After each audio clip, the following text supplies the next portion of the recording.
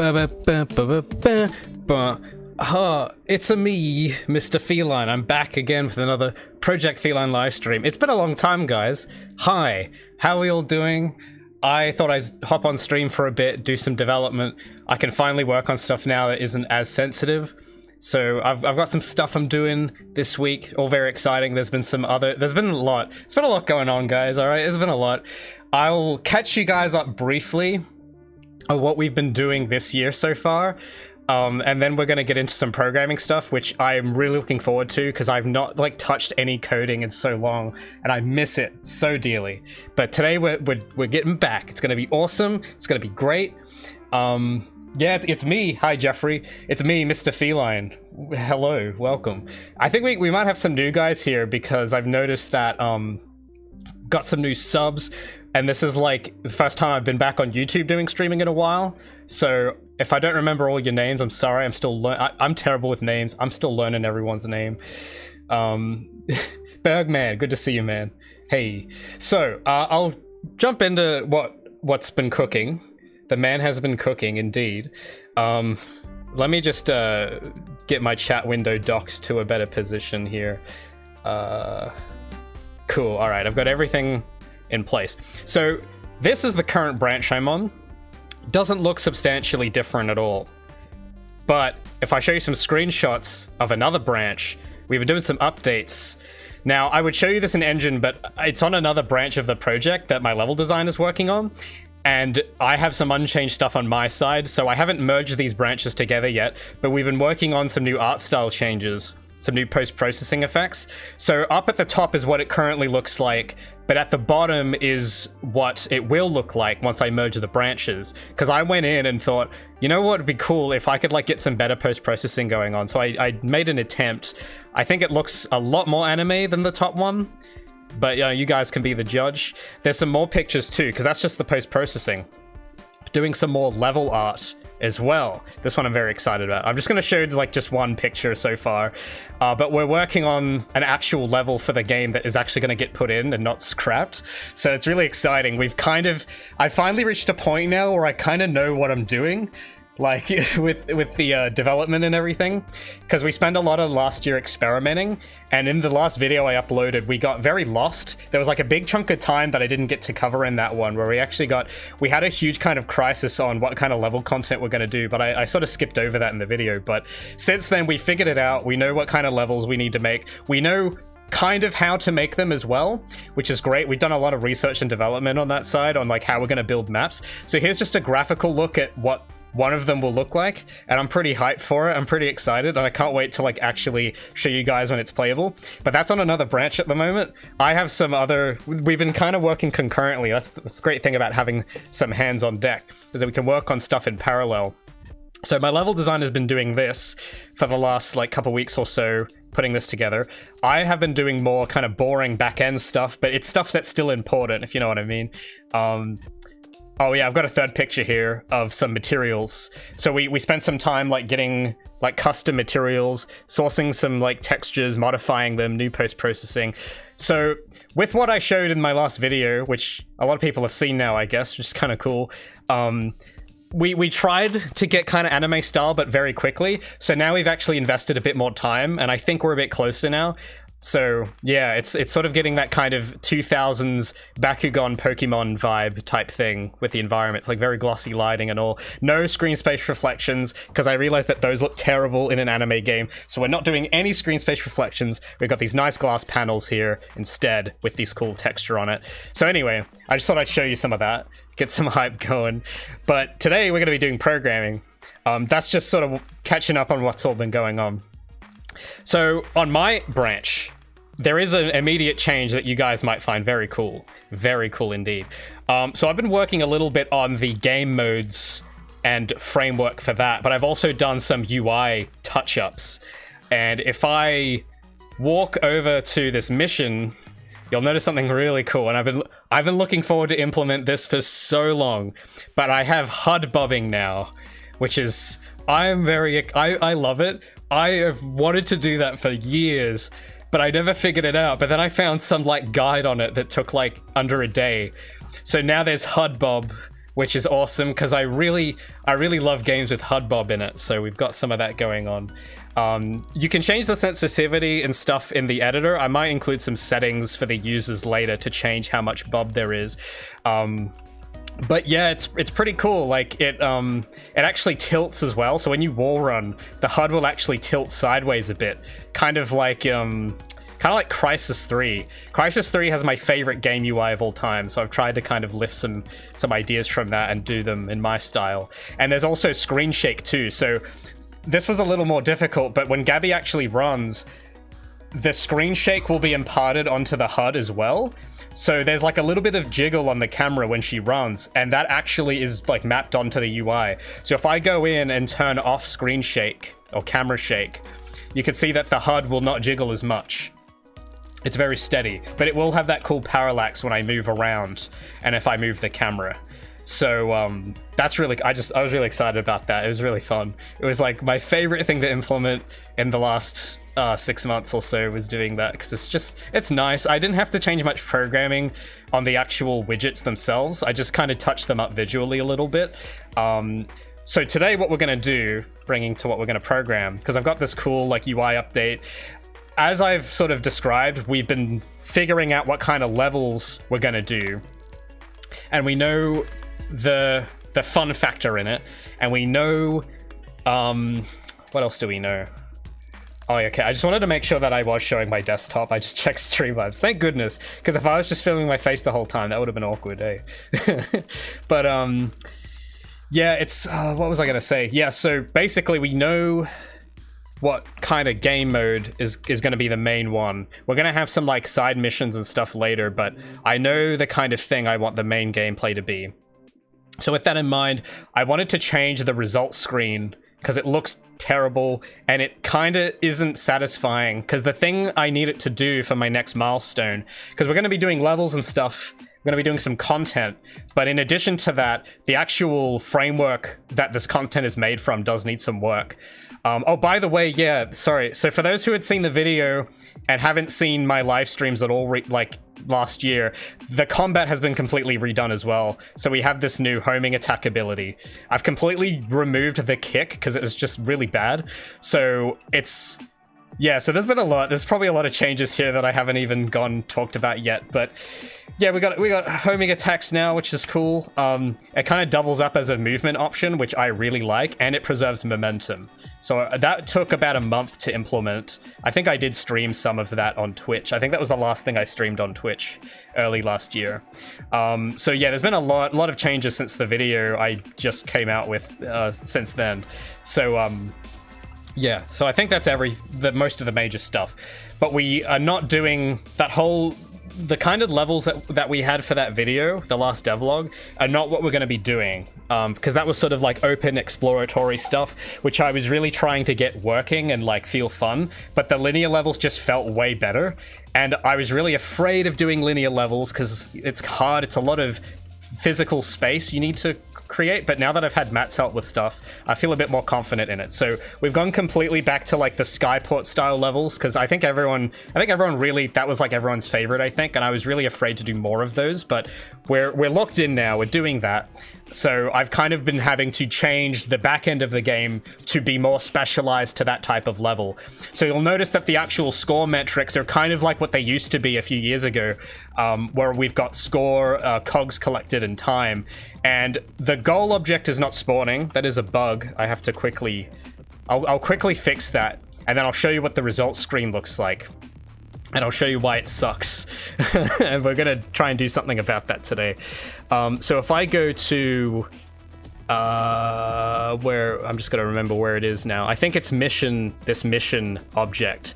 So this code, I'm not gonna try and go through it all because it's kind of complicated, but hopefully it was just a chill stream. I guess we're just going to be chilling, and I'm going to be like talking about the game a bit and trying to get some programming done. So if this doesn't make sense, don't worry. None of this makes sense to me as well. Like, I wrote this months ago, and I honestly don't remember most of it, to be honest. Yeah, I've added some comments, but it's like I'm still trying to relearn all this code. This was months ago, so I'm probably just as lost as you guys are here. But yeah, just thought I'd hang out, stream a bit. So to get that goal to spawn, I need to turn something off real quick. I need to I think what I need to do is get the checkpoint sequence, I think. Oh, let me check. So I have like a mission object here. So yeah, the way I've done this, by the way, for those who have missed a lot of streams, it's like, I'm not using the game mode system that Unreal prefers because I wanted it to be able so that you could change objectives mid-game, which I'm still planning on using for something else later, like for some more bonus content and stuff. But it is a little more complicated because it's really not how you're supposed to be doing game modes. But so yeah, instead of using a game mode actor, I'm just making my own actors that I place in the level that have all of the game logic on it. So I think what I do, I just untag this object as the goal, and it might actually spawn the goal object now, because it will try and do a thing where unless a certain prerequisite is met, it won't spawn the goal. So I think, okay, that's fixed now. So if I go and touch the goal at the end here, this is what the result screen looks like now, and admittedly it looks a little bit better than it used to because I've changed the base metric widget to actually have this cool color scheme on it, but it's not all there yet.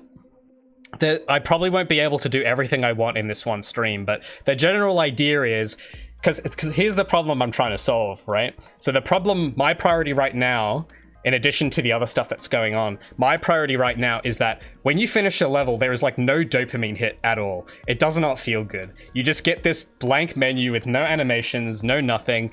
And it's like, oh, cool, that's my time and my rank. And I'm kind of amazed, honestly, that people have even been playing this with the result screen being in this state. Because I looked on YouTube earlier today, I was looking at Feline gameplay, and people are like still posting, like competing their times and stuff. But it's, I don't know, maybe I've done something right if this is good enough for you guys to keep playing, because this mission's complete screen is so lifeless and boring.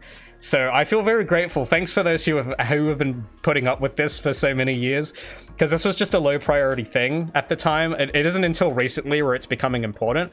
So this is something I want to solve, because I finished this mission. It's just, oh, okay, mission complete.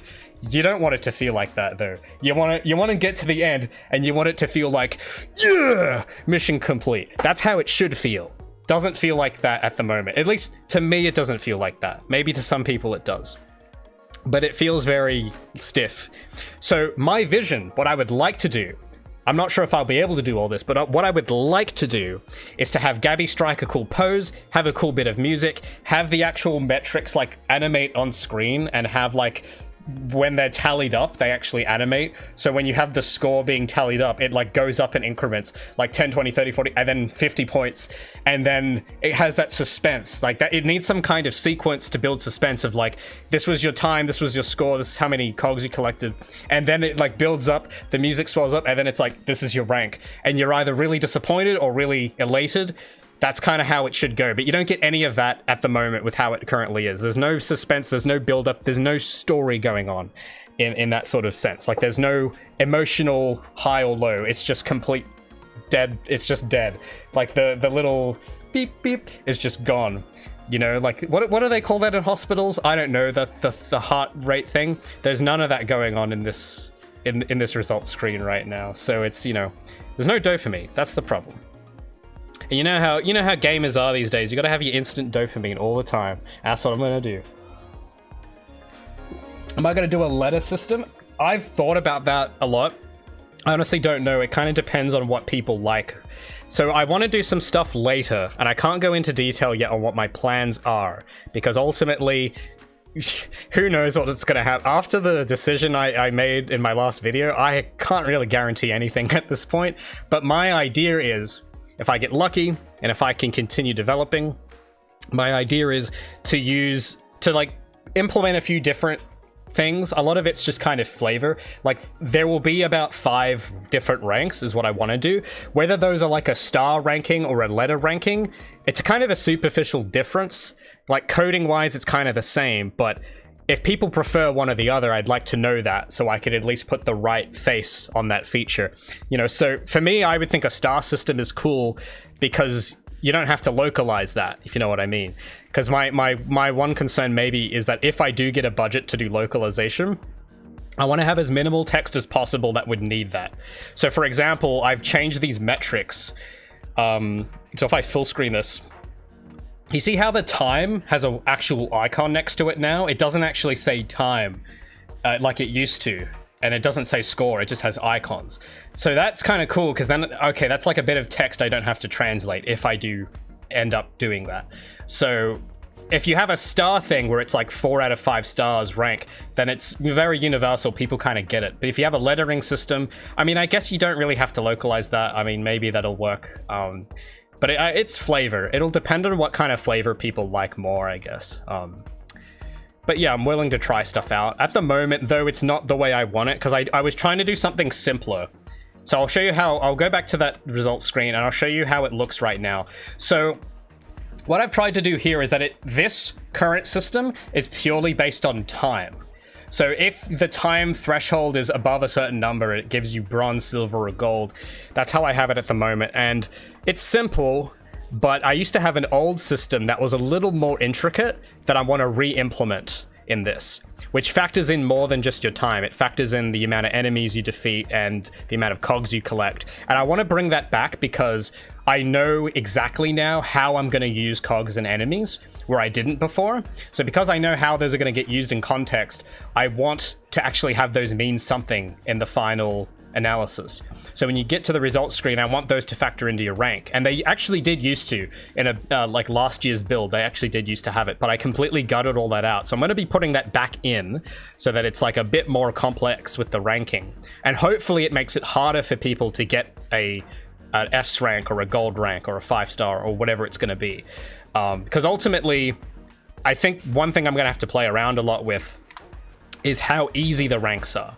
Because I think if they're difficult, then that's going to be satisfying. But if they're too difficult, then that's going to be not satisfying. So it's like, that's something I'll have to experiment with. So what I'm going to do is, I'm just trying to remember which component this should go on. I think this should go on the rank component, I think. So this is the current rank metric. So this is the actual, is this? I think, yeah. So this is the actual, what do you call it? This is like the actual thing that comes up that calculates rank. And I think, yeah, this will be the thing that determines like how that's all calculated. So there's going to be a few variables of the way this works. So the way I want the rank system to work, which is how it used to work, is that your total score will indicate your rank. And if it's above a certain threshold, it'll depend like what rank you get. Now that total score is combined from the time you took to clear the level, the amount of cogs you've collected, the amount of enemies you've defeated. And if I get time, what I would like to also have is how quickly, if you defeat like 2 enemies at once very quickly, I want there to be some kind of bonus. But that's a little more complicated. I'll get to that later. But that's something I'd like to allow for if I get time. So what I'm going to do is introduce some variables into this rank component so that we can keep track of things like that. So there's going to be a few numbers that we need. So let's just jump into it. So I'm going to try and zoom in here. I hope that this isn't too hard to see.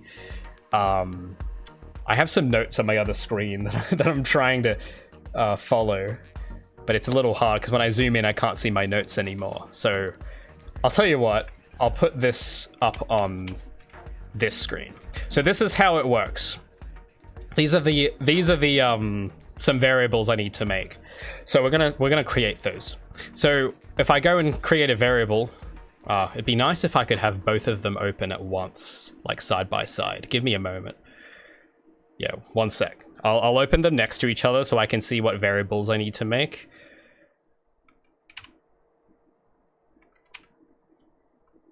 Cool. There we go. So now I can see. So we're gonna make these numbers. We're gonna make these. So the first one is a max time bonus. So the way this is gonna work is that you will get score depending on how quick you finish the level. That bonus will be bigger the shorter time you take.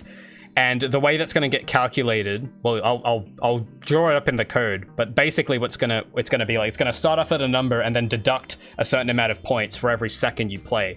And if you take like longer than a certain amount, then there's just no time bonus at all. Like if you take half an hour, it's going to be 0 time bonus and you get like a D rank or something. But if the time bonus is like maximum, like let's say after a minute it just doesn't deduct any, and then after a minute it'll start deducting. If you get the max time bonus, then you're more likely to get the S rank. That's sort of how I'm picturing it. That's how it used to work. That's so funny, is that this is like a cut feature that I'm putting back in now. So luckily I've already done this before, but I'm going to do it again and walk you guys through it. So I'm going to make this an integer. I should write some kind of tooltip for this. I always like to try and write tooltips for my variables. So, oh, that's way zoomed in. So we're going to write tooltip maximum time bonus that can be awarded. Time bonus is deducted by time penalty after, and we'll make another variable I think as well to this list called like what's par time. We'll make like a par time of how long it will not deduct anything. What was I writing there? Let me just read it. I should probably write this because that text box is tiny. I'll write it out in Notepad instead to make it a bit easier. Maximum time bonus that can be awarded. Time bonus is deducted by time penalty every second after par time has expired. Something like that. That makes sense. So we'll make that the tooltip. So I know I'm a little, with my comments in the code, they're a little vague, but at least the tooltips, I try to be very specific about what each variable does. So we will make that instance editable, because I want to be able to change what this is depending on the level. We might make it expose on spawn too. And we'll change the default value to like 30,000. Something like that. I actually don't know what numbers I should put in, but these are notes I took because I actually went back and downloaded an old version of the project to see how I programmed it, and I have a screenshot of the code open here. So I'm going to just be copying that basically and re-implementing it in the current branch. I could try and merge it, but I'd rather just do it manually because I have a whole new framework I'm working in now, which the old system is just not compatible with. So I'm going to be just doing it over. It shouldn't take too long though. So we'll have time penalty, and this will be, let me just look at my tooltip because I can reuse bits of this tooltip. Time bonus is deducted by time penalty every set. Yeah, so we'll put that just as the tooltip. And then par time. I'll make a new variable. So par time, this is going to be essentially like how long should we wait before deducting from the max time bonus, and that par time will depend on the level. So for a normal level, I don't know, it might be like 60 seconds. Like let's say we have a level that if you're really skilled at and you absolutely can guarantee an S rank on, it'll take you a minute to clear. Then you'd set the par time to 60. So that after that amount, like if you take under 60 seconds, you will guaranteed get this max amount. But 61 seconds, you'll get 10 points less than this. 62 seconds, you'll get 10 points less, and so on and so on. So that's kind of how it's working.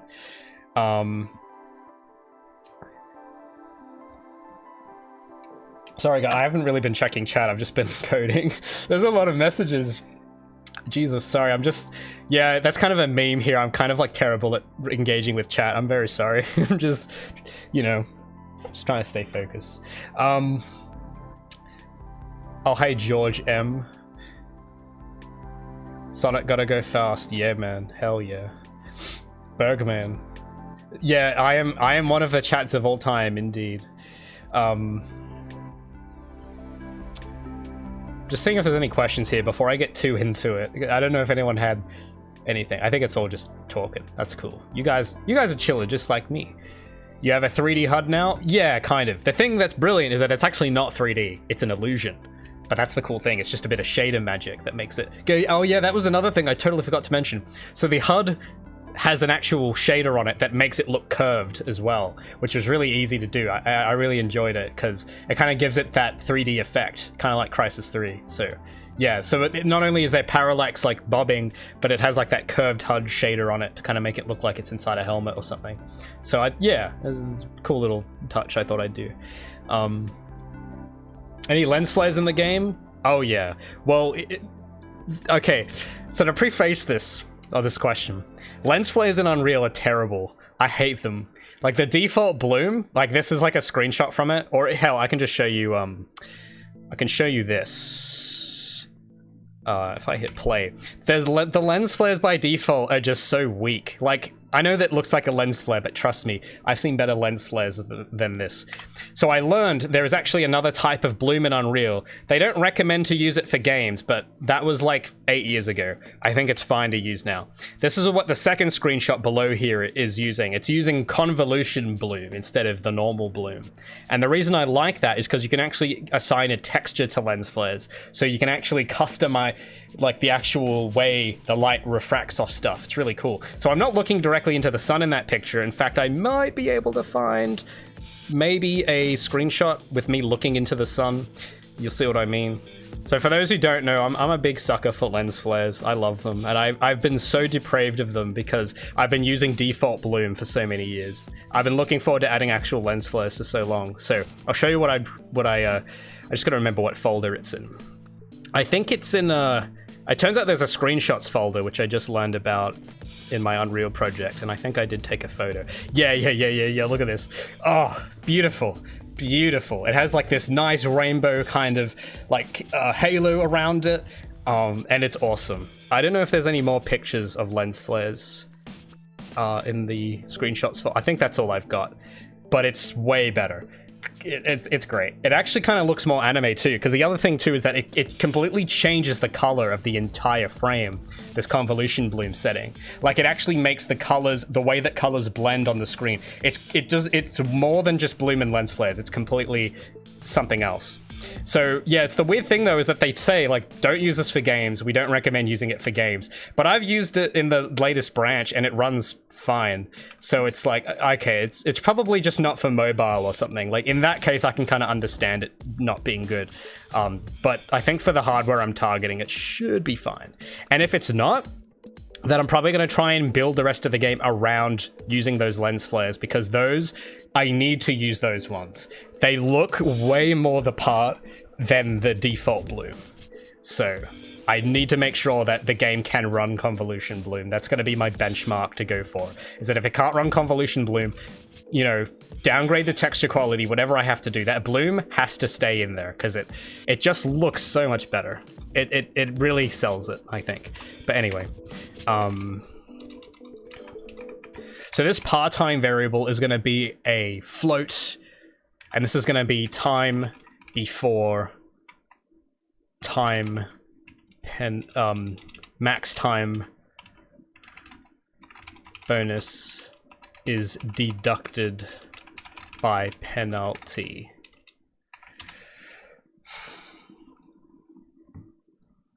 How years have you been a game dev? Depends on how you count it. I've been working on Feline for 4 years.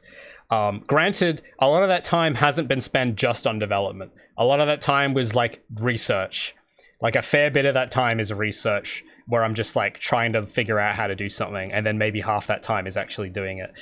I did start like messing around with game dev like 10 years ago. I like downloaded Unity and I made like maybe a dozen games in Unity.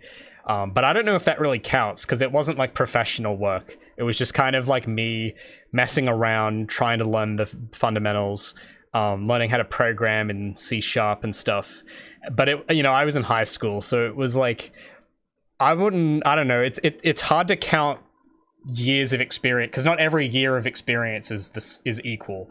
You know, some years are really great years, some years are very slow years where you don't really do anything. So it's kind of hard to say, but I've been working on Feline for 4 years now, so I would count that as like actual proper time spent on it. But the 9 or so years before that, I don't know, you might count it, you might not, depending on what you consider experience.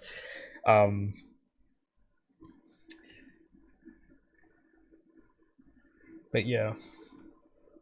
How productive do you think you stream? Probably not the most, but I try. That's the weird thing with streaming and game dev, is like you have to You gotta be fun to watch, but also get work done. But so that's why I don't stream all the time, just for the stuff that I think is fun, where I can kind of like, you know, where streaming kind of has some benefit to it. But yeah, it's a struggle. I definitely struggle a bit sometimes.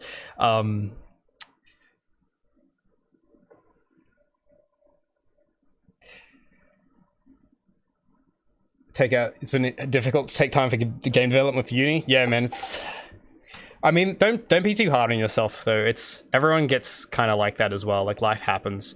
You know, I'm not necessarily proud of like the time and like all the way I've used all of my time, but when I look in retrospect, there is literally no other way I could have done it, because, you know, experience just doesn't appear there for you. You kind of have to like, you know, make those sort of errors with time management and stuff to like learn how to do it, I guess. But yeah, that happens to everyone, man. Don't get too down on yourself. If you can, like, the way I started this whole thing before Feline, like what got me into it was literally thinking like, what's the bare minimum time I could dedicate, even if it's like 10 minutes a day. And that eventually grew into something, but I had to start at that because that was all I could do at the time. I was like, could I dedicate like 10 minutes today? Just even if I don't touch anything, even if I just have the editor open, because that at least counts. Like at least you did that, and if you can do that, it becomes easier to do more. And then yeah. So that's kind of how I got myself in a sort of position where I could like, you know, dedicate a little more time without feeling overwhelmed. So let me just think what to do. Yeah. So I think those are all the variables. I think there's one more variable I need to make. I need to make the rank prerequisites. In fact, I'll just, yeah, I keep forgetting how to spell prerequisite, so I'll just copy the spelling from Notepad. And then this, what should I tooltip this? Because this is going to be an array of score prerequisites for corresponding to rank, something like that. I might adjust that tooltip a bit later. But what this is going to be, I'm going to make this an int and make it an array. I think I actually, you know, wait a minute. Do I already have a rank in here? Maybe I do. Oh no, yeah, wait a minute. So I've got rank prerequisites already as a Boolean with the newer system I had. I gotta investigate how that works, because I don't want to clash with the new system here. So let me find references, because I think this works in a specific way, and I did this as a Boolean for a certain reason. I'm just trying to remember why. Should this be a Boolean? I don't know. I think maybe it shouldn't be anymore. Let me just... I need to look into how this variable works, because I haven't looked at this in a while. So I need to go to my mission. I need to go to look. So this is the actual mission blueprint that dictates the mission sequence and how it works. And there's an event dispatcher here called onEndMission. This might have some variables in it that might give us some clues. Okay, maybe not. But it does have a thing in here somewhere. If I go to the end. Yeah, so there'll be a thing where it's like update metric rank. So the rank will get calculated based on these booleans. So I think the way that it works... Oh yeah, this is a bit weird, the way I did this. So the way this works is to calculate the rank in the current system is it checks... It's an array of booleans, and if all of those booleans are true, then you've got maximum rank, like gold or something. If like every one of them except the top one is true, then it's a silver rank. And if only the first one is true, it's a bronze rank. And it calculates that, because bronze will always be ticked, because if none of these criteria are met, then you've at least got bronze. But I'm going to do it a little differently with this new one. But it basically will calculate the value of those booleans, where it's like, it just has a time threshold. Like, it's a very simple compared to the new one I'm trying to do. It literally checks, is our current time past a certain, like, if it's past the silver threshold, then this is true and this is false. If it's past both thresholds, then all are true. So I think I want to change that not to be a boolean. I just got to think for a moment on how I'm going to do that. Because I'll need to change the signature of these event dispatches to use a integer instead. Because, yeah, the way you could also do it is instead of, like, using booleans to check, it just checks, like... Yeah, let me think for a moment. So what this would need is, like, if you have an integer like this, it'll have to, like, validate somehow. It has to, like, check all of them. Or, will it? Let me just think how that would work. Because what would need to happen to calculate rank is that it needs to total all the scores up, and then it needs to check if that score is past these thresholds. So let me just have a look at how I do that in the actual mission. We might come back to that, because that I'm going to have to think about how that's going to get done. But I do know that... let me just read what the tooltip says. Did I write a tooltip? Okay, I did write a tooltip. So I'll put this here. We'll come back to that, because that's going to be a little more complicated. But I can get the other scores working. So I'll do that first. Sorry, yeah, I'm seeing the chats going by real quick. If I don't catch up, I'm sorry. It's just, there's a lot more people here than I used to get on Twitch, and I'm not used to it. How many people are even... I don't even know how many people are here. Yeah, 100 and something. Like, that's kind of more than I'm used to. So if I can't catch up, I'm sorry. I'm just not used to having 100 people. I'm used to having, like, 30. So forgive me. I'm not a big, massive streamer. You know what I'm saying?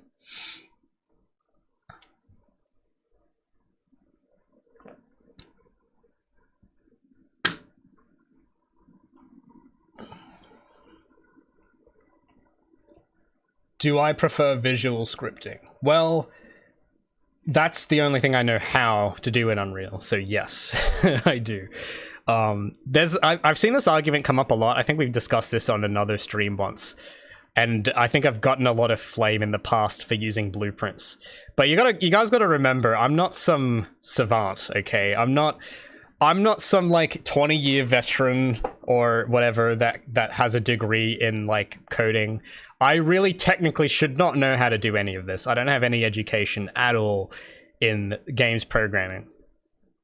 I just kind of do what works. It might not be the most perfect best way, but I think perfection is the enemy of the good. Because, yeah, I can invest years in learning, C++. I could do that, but that's years I'm spending not just getting on with the game. Sure, the code might run a little better, but I think the whole thing with, like the blueprints versus C++ performance hit thing, because that's something I see brought up a lot. I think it's kind of blown out of proportion. If you know how to use blueprints, it's not that bad. I think the issue most people they'll use is that they'll have, like, a scene with 1 million actors in it, or blueprints in it, versus a scene with 1 million C++ classes in it. Like, there's some video I saw with, like, the guy just put a bunch of the character blueprint, spawned 1 million of those in a scene, and the performance tanked, and then spawned 1 million of the C++ versions, and it didn't tank. But I think one of the reasons that is because by default, and this is the setting that traps most people, by default, Unreal Engine blueprints have on tick enabled by default, which is what takes up most of that performance hit. So all you have to do is go to the engine settings and turn that off, and then you'll kind of be spared most of that. It still isn't technically as efficient as C++ native, but I know that there are ways you can, like, nativize them. I know it's not, like, obviously doing it just the normal proper way is obviously going to be more performant, but that's not, like, that's just one factor. You got to factor in a lot of things, like the time, the opportunity cost of, like, learning blueprints, C++, and, you know, all this. And if you're a one-man guy like me, you have to kind of sacrifice things like that because you have to do everything else. So you can't really do anything perfectly. You just have to do everything good enough. And for the majority of times, I think that's fine. Like, the gamer and end user is not going to care if it's programmed in blueprints or not. Like, there's probably heaps of blueprint games out there. I guarantee you most people just don't care who are actually going to buy it. Developers might care, but are they your customers? If you're a game dev, probably should not, like, that shouldn't be your audience, like, your customer base. It shouldn't be other game devs. Like, that's kind of, you know, because, yeah, like me, I'm a game dev. I don't really buy games, like, for real. Like, there's a lot of people, you know, the indie games I've heard of, but I've never bought an indie game. because that's just not. I'm assuming there's probably a lot of people out there like me too that just don't buy games. The games I do buy are literally like pre-owned, like games from like 20 years ago. I go to my local shop. It's just a used electronics shop. They have lots of DVDs and old games. That's my like pool. That's, I don't really, I don't think I've played a new game in over 2 years, I think. Because it's, I could play the new AAA extravaganza, or I could like buy, the Golden Compass, the video game for $2. So, so that's my kind of, I'd imagine there's probably some developers out there as well that just kind of, this is like their job, but they don't really play indie games in their spare time. That's how I am anyway. But anyway, sorry, I'm getting a bit on a tangent here. So, the way these variables need to work, let me just think for a moment. I'm not sure if actually, do these need to be, let me inspect the way I've got this. So I think what I can do, because this whole calculated stuff is happening in the mission blueprint, and I think that should happen in the rank blueprint. So in the rank blueprint, which is this, we're going to be essentially recreating that here. So let me just quickly look. I'm going to copy this and make some kind of event to replicate something. I'm just going to have this up here for reference. And I'll make a custom event. I'm not sure if does one already exist. I'm not sure. I'll have to, let me just check. We'll make a custom event for now. We'll just call it calculate rank. And we're going to need some, we might turn this into a function later, depending on if we need to, but we're going to make this a custom event for the moment.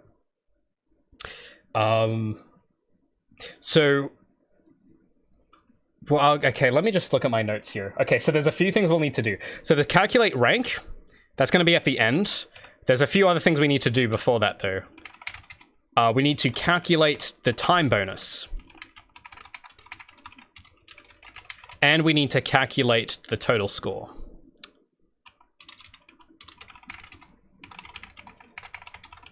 So there's going to be 3 things we need to do for this new, it's like an old rank system, but a new rank system. I don't know if I should call it the old or the new system, but I guess it's a new system now, I suppose.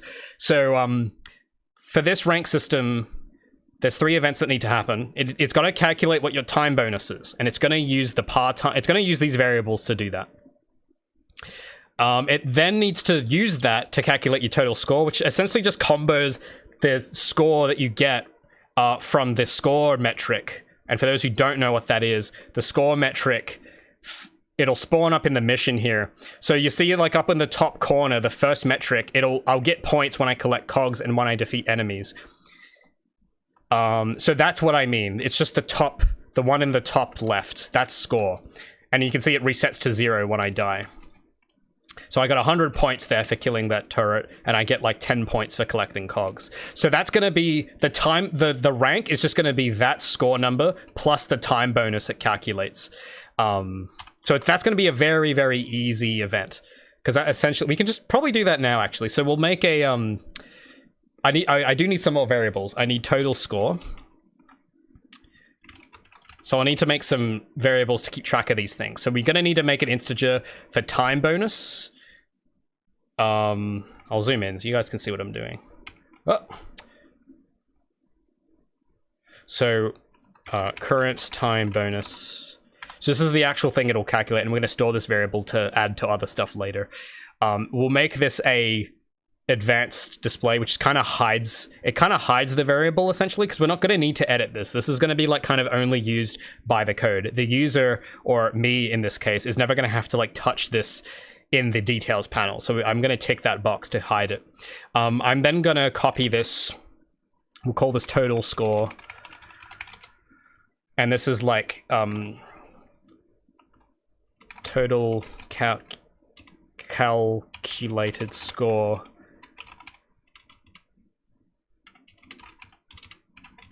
calculated from time bonus and final score, something like that. And we'll make that, okay, that's advanced display too. That's great. Cool. So now I will put these both in, because here's another cool thing. I'm not sure if I've shown this before, but the cool thing with Unreal variables is like you can group them. So I'm going to do that. Excuse me. So I'm going to put them in the rank thing. So I'm just going to drag and drop them. And what that essentially does is if I, oh, it's opened up the documentation on my other screen. Hold on, I don't want that. There's live chat.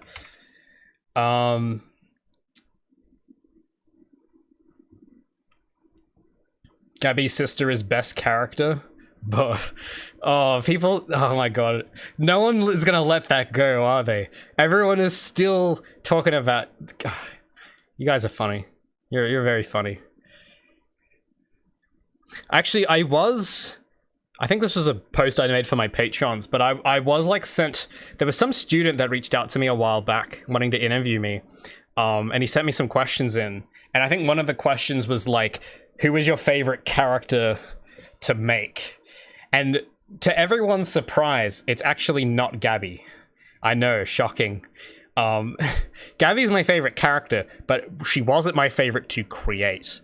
Because she was created so long ago. Like, for those who don't know, Gabby, I came up with the idea for her when I was, might have been 10 years old or something. I was really young. That was like when I had the idea of a character like that. And she kind of grew up with me in a sense. Like, I had all these ideas of like a thing I wanted to do with that character, and she kind of grew over time into what she is now. So that was kind of nice, but my favorite, like, I guess, or maybe I should say like the least painful process was actually creating Felix, which is kind of that, I haven't put a lot of like work into like telling people about him yet. But Felix is, if I go on the website, you might be able to get a picture of him. I've got him in like some of the current like dev builds as like a dialogue thing. Like he sort of appears there, and I've got him in some of the branding material. But if I go to the cast page on the website, I'll show you real quick who I mean, and I'll tell you why it was my favorite. But for some reason, the website has taken its sweet time to load. Here we go. This guy. This guy, he was my favorite to create, to come up with, because it literally took like one day. It just came to me so easy. It was really painless. Like literally what happened was I was looking like through some, because I had some other concepts that were similar to a character like that, but I hadn't finalized one, and I was like, I want to make a character like this as like a sort of support character. And it literally, I open Photoshop and I just start drawing, and literally like the first design I draw is like exactly it. And I'm like, oh, that's great. That's exactly what I was picturing. And I might have changed the hairstyle a little and the colors. I'm still kind of playing around with the color scheme, but yeah, it was like, there was some song I was listening to. I think it was like, what was it? I think it was like Mirror by Porter Robinson, I think. I literally had that song on loop the whole day, just drawing the concepts for him, and I loved it. I think I recorded, like screen recorded me doing it as well. And it was just so, it was a great day. It was one of my favorite days. Because it's like I didn't even, it just kind of came to me. That's kind of, I love when that happens, when you don't even have to think. The idea just kind of comes to you, and your hand will just like, you know, get possessed essentially and just draw that character. Like, that is, when that happens, it's actually magical, and that was really fun. That's why he was my favorite to create, because it took like one day, it was very natural, and it felt like the inspiration came from like a very honest place too. So yeah, anyway. So with these variables, the way they're going to get calculated is that I'm going to need to get, let me just think for a moment. This might be a bit tricky, because it needs to factor in your elapsed time. And this metric is separate from elapsed time. So I'm going to need to somehow reference, so I'll need to make a variable for the time, and we'll have to fill that in later, because this is going to be kept track of by another component. Because the way this system works is that this whole rank code is self-contained. It's its own blueprint. It doesn't interact, like it interacts with other things, but it is independent. And that's how I tried to do the whole mission system when I coded it. Problem is, this is going to cross-pollinate a little with there's another component called the stopwatch, which is responsible for keeping track of time. So this is going to have to reference the stopwatch snapshot what its time is, and then use that to calculate time bonus. So we'll have to make a variable for that, referenced to stopwatch elapsed time. So that's what we'll do. And we'll make that a advanced. Oh, should we? I don't know. Maybe I will, but I might make it expose or something. Because yeah, we need to like reference this and set it. But we might do that in the mission, in the actual sequence where this happens. Because this event dispatcher on the actual mission, because that's the thing too, is that the actual mission itself is a blueprint. I'll quickly break it down for those who like don't really get what I'm saying. So the mission, this is the mission blueprint. This controls the rules of like your scoring, the metrics that get spawned on the screen of like your score, your cogs collected, like all of that stuff of like keeping track of how much cogs you've collected, how many enemies you've defeated, how long you're taking, like that is all done in this blueprint that is spawned in the world, and it's activated with like trigger volumes and stuff. And these components keep track of each individual thing. So these are all separate. So I have a actor component on this actor called the watch metric, and that is what's responsible for keeping track of your time. This is responsible for keeping, like, calculating your rank, which is the one we're currently editing. The score keeps track of that top left number of like how many points you have, and it isn't just keeping track of score, but it also keeps track of like if you die, does it reset your score? Does it save your score when you reach a checkpoint? Does the score get deducted when you die? Does the score like go up when you kill an enemy? Like all of that stuff is handled in this component. Event counter is what keeps track of, this is a very broad component and it is a little broken, but it essentially is supposed to keep track of a number. So in this case, I'm using it to keep track of the cogs you've collected, but it can also be used as like an event trigger. So if you like need to activate 2 switches to unlock a door, you can use the same component without having to like code up a new component for it. The checkpoint sequence I'm not using as heavily in this mission, but you can use it to spawn checkpoints in a certain order, which I do plan to do for other types of missions. So for example, I want to have like a mission, kind of like in that interchange map that I programmed, where you have to collect the checkpoints in a specific order. So that's what this component does. But I'm not really, I've just got it in here so it doesn't break, but I'm not really using it in this instance. And then the mission component is basically the underlying shared traits that all missions have. Like, when a mission is activated, when a mission is deactivated, when a mission is spawned and unloaded, all of that stuff is handled there. So this all took a while to set up, and it's still not perfect. There's a lot of bugs with it still, and I think I did go over it briefly in my last devlog with some of the issues I was having. So a lot of this was done a long time ago, but I'm trying, now that I know exactly the kind of levels I need to make, it might be a bit easier to sort through this, but I'm going to be using this framework to create the new rank system, which... So yeah, that's kind of the thing. I have to work within this framework. So, and in this framework, they're all kind of separated, but they're all kind of related somehow, which kind of makes it difficult. And sure, there might be a better way of going about it, but you know, I'm trying my best here just to do what I know how to do. I tried doing a lot of research on like actor components and stuff, and it took me a while to get the hang of it, but yeah, hell, there might be an even better way to do all the stuff that I don't know about, but you know, that's kind of what I've got going. So I have to work within that. To code a new system like differently would just take too long. So I'm trying to just make the best of what I've got. But the way this will need to work is I need to plug in a time from the other component, which I can do in this, because the mission component is what incorporates all of those separate, I call them metrics, because they're essentially, all of these things, the thing they all have in common is that they're all keeping track of something, and they do that the same way, but the specific thing they keep track of is different. So for example, the thing that these all have in common is that these can all be saved and loaded and reset and started and activated. So for example, I can deactivate the watch metric and it'll stop keeping track of my time and just pause itself. And then I can turn it back on again and it'll start counting again. And that same thing can be done for score. I can turn off the score metric and it'll stop keeping track of score. And you know, they all have things in common. That's why I call them metrics, because that's kind of what they do. They're there to kind of keep track of things. So the thing that was really difficult about programming this is that it's very abstract, because essentially these all behave the same way, but they keep track of different specific things. So for example, if Gabby dies or hits a hazard and respawns, the metrics, whatever they keep track of, will behave the same way. So depending on the options I tick, I can have it so that when you die, your time gets reset back to the time you had at the last checkpoint. Or it could resume. I have that option there. Or, you know, your score will reset to the last saved score.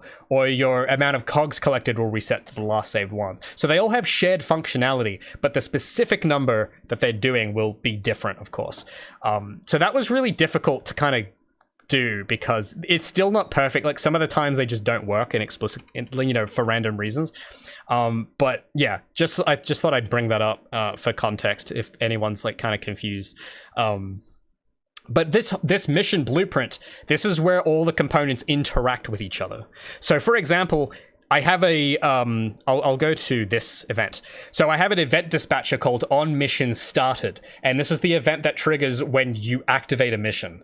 And in this case, in the test level, there's an invisible trigger volume I run into, and that activates the mission. So at the moment, there's no mission active right now. It's just the default game mode. But if I run into this area, a mission will start. So it calls on activate mission, and then there's a bunch of instructions it has here. So the first thing it does, it activates the watch, it activates the score counter, and it activates the cogs counter, and it will remove the rank, deactivate the rank metric in case it is already activated. So that, because the rank metric is dormant until the end. When you hit the result screen, which I do have an event for, on mission ended, it will then activate the rank and then calculate it. Now this is the part we're focusing on right now, by the way. So this is being done in the actor, but I'm gonna move all of this to its own, to the rank metric itself, all of this logic. And it's gonna work a little different with the new system, but that's essentially in context, that's what we're doing, in case you're wondering. So anyway, this is what these events are gonna be for. So when we do get to later on, what's gonna happen is, we're going to have all, when I say on update metric for rank, we're not going to need all this. Like this can all be gone, and I just need to feed it the elapsed time. Then the rank metric itself will do its own it'll do the thing where it's like, it'll call these events, like calculate time bonus, calculate score, and then calculate rank. That's what's going to happen in this part of the mission. But this blueprint is the thing that tells it when to happen. So this is this blueprint, the mission blueprint, is the thing that tells it to do that at the end of the mission. If we didn't have that there, it would never calculate it, or it would do it at the wrong time. You know, you don't want to have the rank happen at the start of the mission. Like if I was to move this event to this another event dispatcher, if I plug that into this one, when you started the mission, it would show your rank immediately, which is not what you want. So that's what controls it to do it at the end. But anyway, that's just a bit of backstory there. So with this, now that I've got, maybe what I'll do, I'll make an input for this, and we'll call this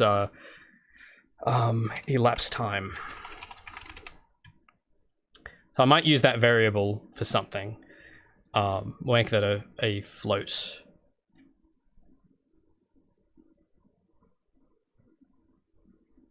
How's the music coming along? Unfortunately, I haven't had much time to do music lately, but I'd love to soon. In the next few months, I do have some plans to compose some more tracks, which I'm very excited about. But yeah, I haven't been able to do much lately though, but I do look forward to doing some stuff. But yeah, it's coming. I do have a bit more help now, but I still kind of have a small team, and it's probably for the best. I don't want to have 10 people. That's just a lot of work to manage all that, so yeah, I still kind of have to do it one thing at a time, but things are happening faster than they used to, which is good. So let me just think what I have to do with this. So what I need to do is, yeah, there's a few more things I'm gonna need. I'm just gonna look at my notes, because there's a specific way this has to get calculated. Once I do it, I'll be able to explain it. I just gotta put this stuff in. And this has to be a delegate. I just gotta remember, no, not a delegate. What's the name? A drop-down thingamajig, an enumerator. Because, yeah, I realized, because of the way I've done the watch, you have to do a little extra things to it first. I just gotta remember what thing it was. I think it was like count direction or something. I don't know why it's not showing up here in my list of enums. It should show up. I'll just compile this first. Yeah, there should be an enum here, which isn't showing up, which is a little frustrating. Let me just try something. That's odd. Let me just check the project files real quick. Because essentially, can I explain it yet? Let me just look at my notes.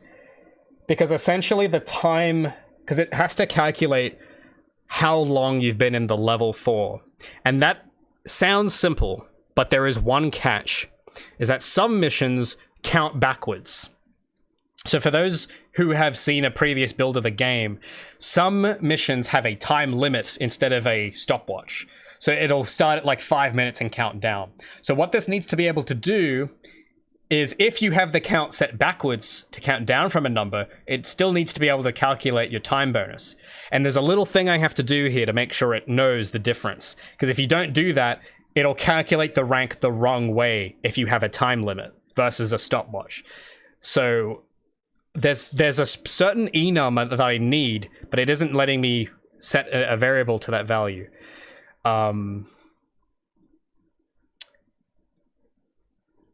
Who's the... Oh, all right. Sorry, I don't have any mods today. I apologize. It's kind of an off-the-cuff, unscheduled stream.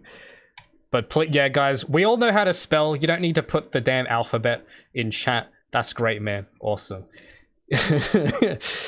But yeah, sorry, if you guys see spam and... Oh, by the way, if anyone sends you a link to, like, free dating, don't do it. It's not worth it. Don't do it. Just don't. I think I don't need to say that. But because I don't have any mods on deck today... Look, I can't assume any responsibility for what you click on, but just a bit of advice, don't do it. Just don't, okay? In fact, don't click on any link that shows up in this chat window. Just don't. You'll be fine. Also, yeah, that's a lot of viewers. 180 that's a lot for me. So yeah, yeah. I haven't seen any bots though. Maybe this guy was, but I haven't seen any dating bots yet, so that's kind of nice. Because last time we got completely bombarded with bot spam of like, you know, oh yeah, you want to go on a date, and it's like, no, I'm working, go away. But that hasn't happened yet. That's great. If it does happen though, let me know. Report it to me. I'll take care of it.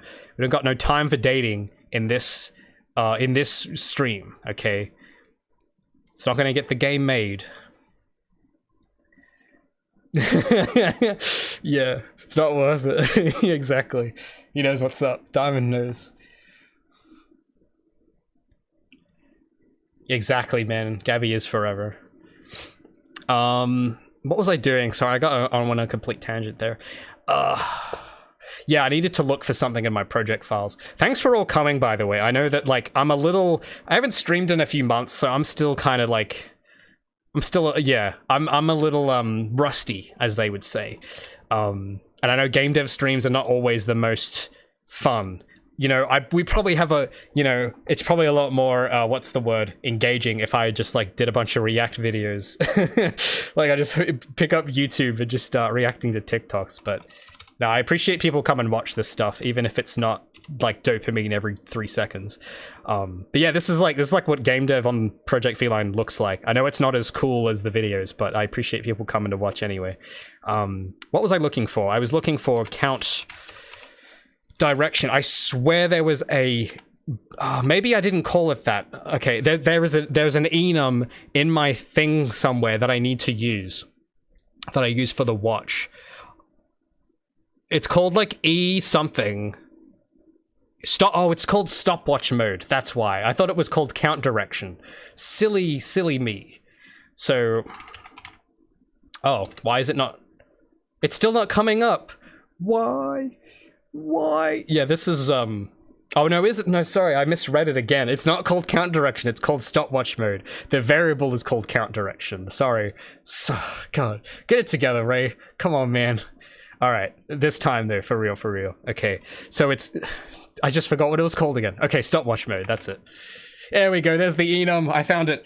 Oh, perfect. Great. Cool. All right, so this thing, stopwatch mode, what we're gonna do, we're gonna get a select float, and the condition is gonna be count direction. And this is what I was... Oh, wait a minute. We need this. You'll see what I mean in just a moment.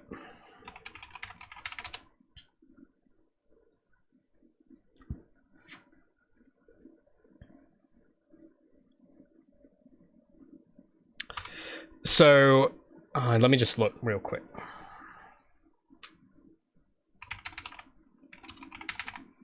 Yeah, so I can explain it now, I think. Yeah, so basically this, I'm going to plug this into other stuff, but this essentially knows, because the enum is what populates these two. Let me zoom in for you guys. So the count direction, depending on whether we are incrementing the watch or decrementing the watch, and what that essentially means is, if it's acting like a stopwatch, it'll return one number, but if it's acting like a time limit, it'll return a different number. It'll calculate this differently, and we're going to add that in now. So we're going to need a few numbers. We're going to need elapsed time, which is just the actual time value. So if it starts from 0 and starts counting up, that's what we want to use if we're counting up. But if we're counting down, we want it to be a little different, because the elapsed time is not going to be the same value, because elapsed time is going to start off at a higher number and count backwards.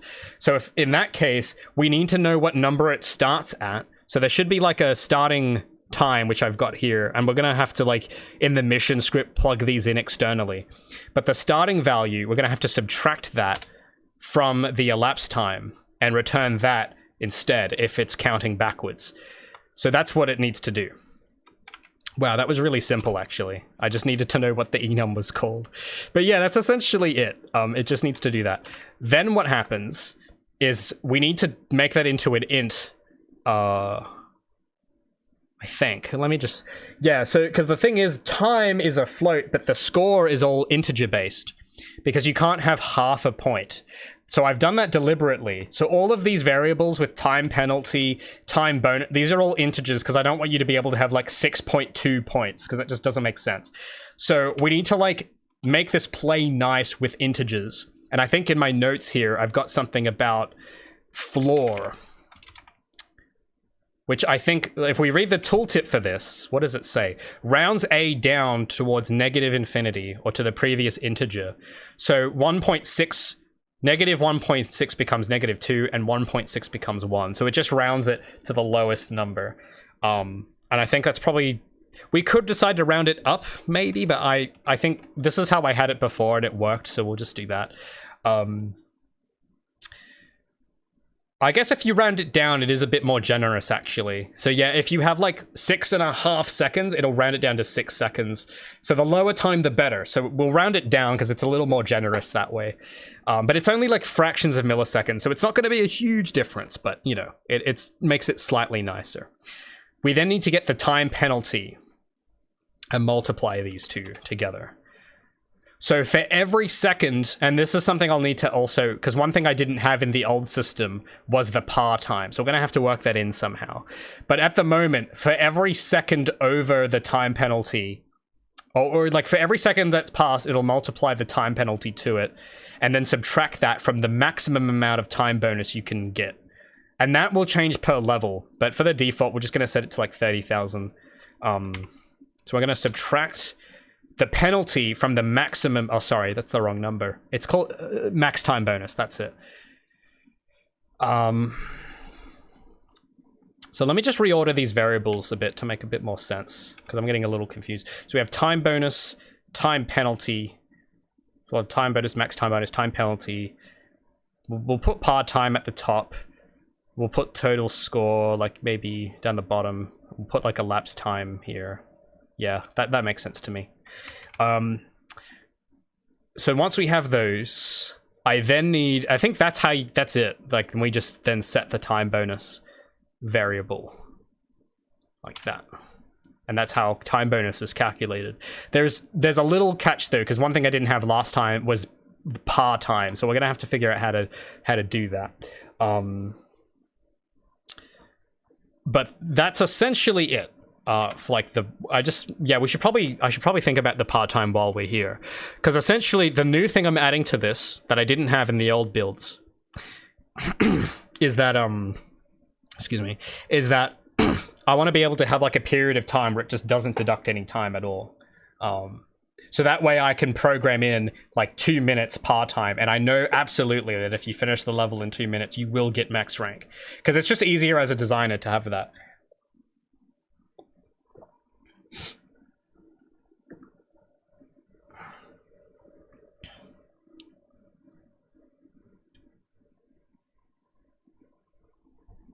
Hold on, I saw something in here about UE5. I'm just looking at... Sorry, I've been kind of focused. But I think someone in chat was saying... Yeah, there's some... Okay, why do you use Unreal 4? There we go. So the reason I use 4 is because I've been using 4 for 4 years. And it works. 5, I've not used.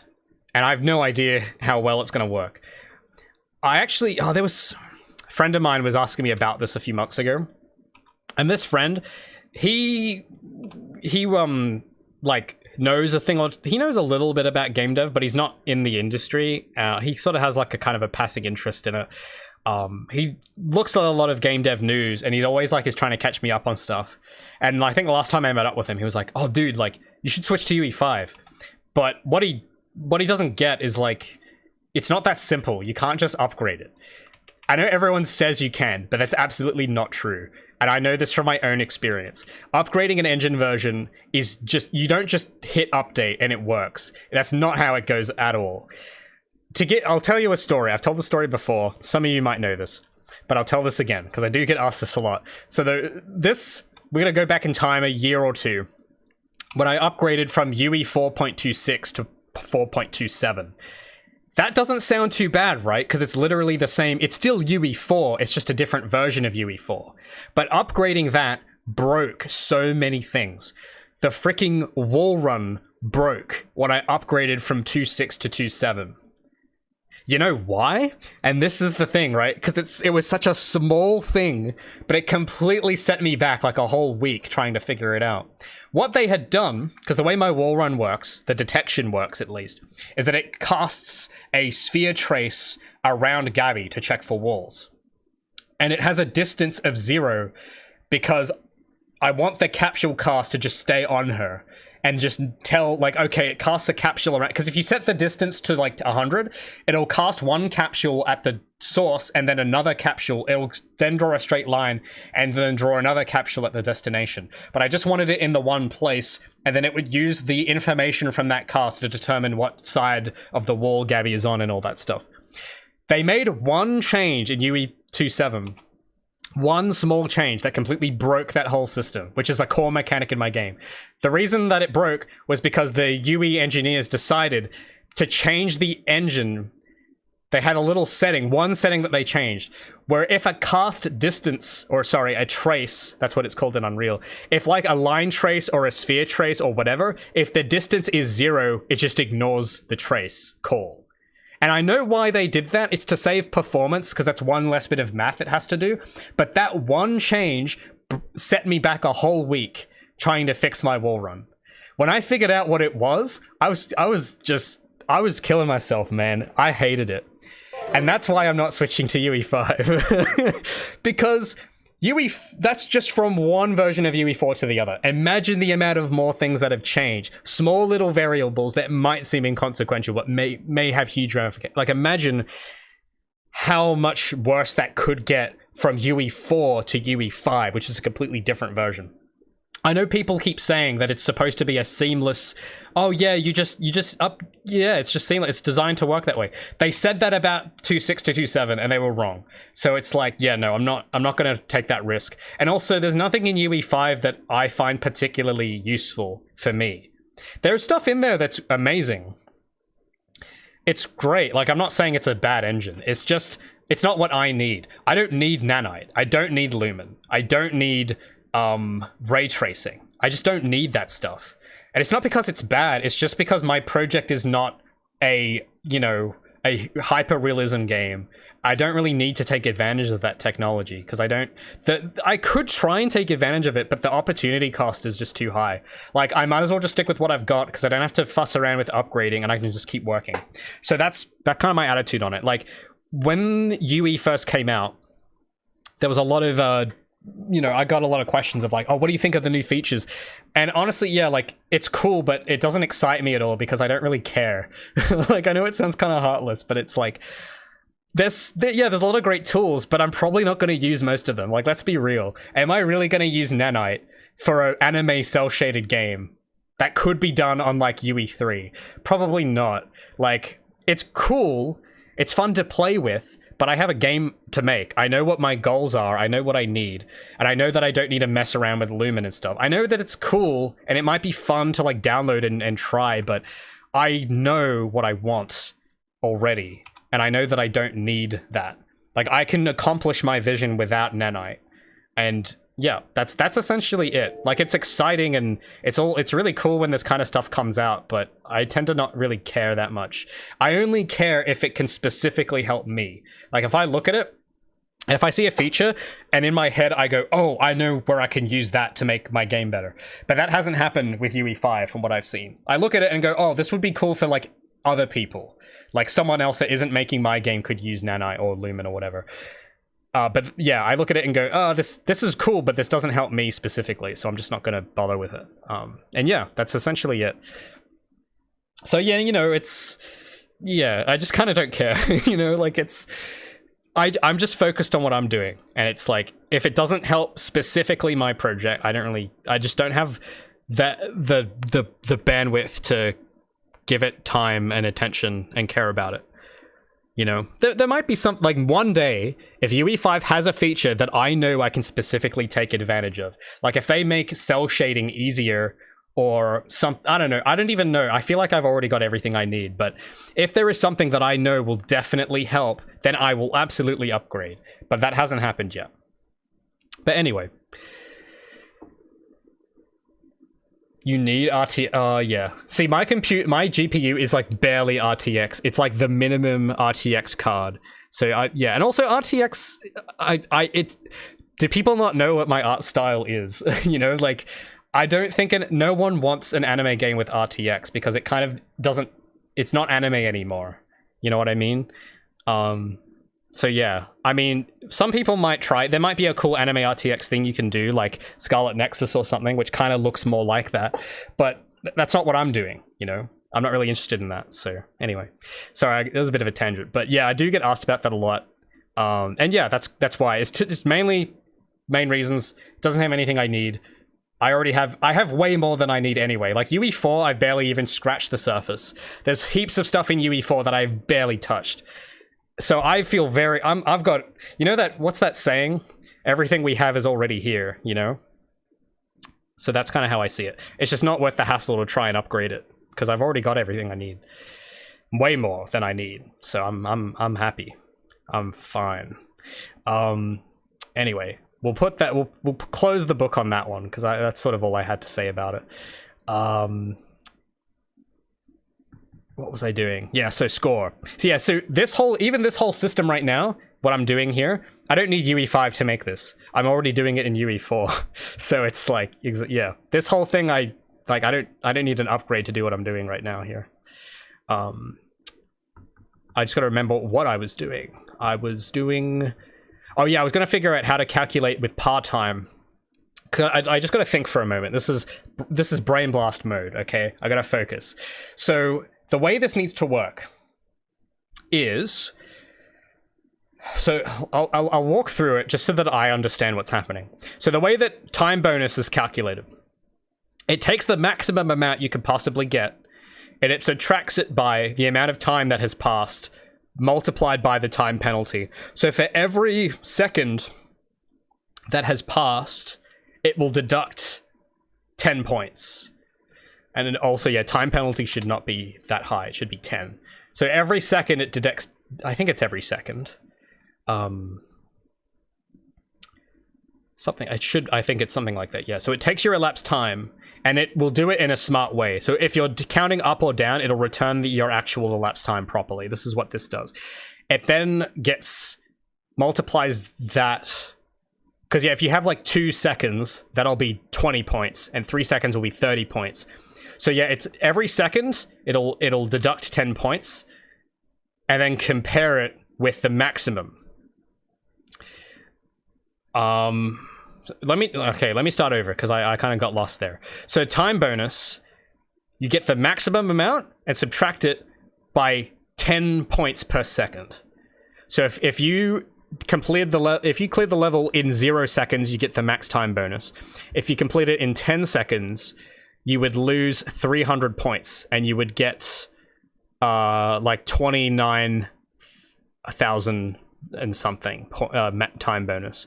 So what I want to have happen is that it doesn't kick in until after the par time has been reached. So that par time, I've also set that number wrong. That par time should be, we'll just make it like 60 seconds for the moment. So after 60 seconds, it'll keep it, and then after that point. So I just got to think about how to implement that, because I'm not a math genius, guys. All right, I'm a high school dropout, and I don't know my math too well. I learn it when I have to, and I eventually figure stuff out. But when it comes to quick maths, I'm terrible. I'm completely terrible at it.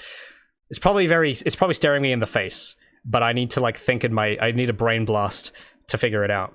Because what I want is for this to offset. I think that's kind of what it is, right? It needs to like offset the elapsed time by this par time. So it's like every second over 60 will then kick in this. So I got to think about how to do that. I probably have to add some number or something. I feel like that's what I got to do. Maybe I subtract it. Maybe that's how I do it. If I just think for a moment, if I take the elapsed time and subtract 60 seconds, now that won't come out right, because it'll give me too much time bonus. It'll add, I think it'll add points if I do that. It needs to check the difference, anything that's over 60. So maybe there is a subtraction that needs to take place. Let me just play around. I'll figure it out. I just need to like, because keep in mind, I haven't done programming in like 3 months, because I've just been busy with like all the legal stuff that we had happen, and, you know, making the video and editing and stuff. So I haven't touched Unreal in like a while. So I might be a little slow on this one, but I will figure it out, as I always do. I just gotta think. So it's like, for every second, because it needs to get your par time. Let me just think. Every second over par time. How do I do that? If I were to take that number, let's say our elapsed time was, let me think. If I think this would work if you were over the par time, but I don't think it'd work at all under. And also, I just saw a very nice chat message here from Benedict saying, Raymond. I hope that's how that's pronounced. I miss your videos. Glad to catch your stream. Oh, thanks, man. I appreciate that. Well, thanks. Thanks for stopping by. I appreciate it. And thanks for wishlisting. Wait, is it at 200 viewers? Oh, wow. Oh, hi, NQ. Good to see you. Wow, that's a lot. Hi, 200 people. This is the worst time for 200 people to be here, because I'm doing mathematics, which is like my least strong subject. So I'm probably embarrassing myself heaps right now. But hey, man, that's how it is. That's how it be. I ever make a tutorial? I have made some in the past, I think, but my priority isn't really, I've never really been a tutorials channel per se, because I think there's heaps of other people that do that stuff that could do it better than me. Like Matt Wadstein, he has a great resource on blueprints. It's basically just him reading the documentation, but it's kind of easier to digest in a video. So I'd recommend him for that stuff. I don't have any immediate plans to do tutorials. But yeah. 200, yeah, I know, it's pretty nuts. Actually, what's the exact number? Wow, yeah, 202, that's a lot. Hi. God, now I'm getting really shy. No, go away, social anxiety. Just you know, it's like if for me, I swear to God, like if I was a blueprint, This would be a great song title. If I was a Blueprint, I'd have one of these little actor components called like panic anxiety mode. And that, I want to turn that off right now, but I can't. My little brain, it has one of these components called, yeah, that's me right now. And that has a condition in it that says, if viewers get over 200, anxiety 100. That's literally me for real, so. Yeah. But thanks for coming, I appreciate it. I've missed you guys a lot though. That's why I wanted to just hop on for a bit today. Because I miss streaming, it's fun. It's just, when I switched to YouTube, I don't think I anticipated how many more people would be there. Because my normal is like 30, maybe on a good day. So if I come across very awkward, that's why. Is there a way to disable the increment? I don't know exactly what you mean, but I think so. I don't know exactly what you mean by that. To increment the game, like what? Increment what? I think I know what you mean. If you're talking about the stopwatch, then yes, there is a way to switch it in game, but you probably wouldn't want to do that. But you can. The players can't do that. That's what me, the game designer, does. But yeah.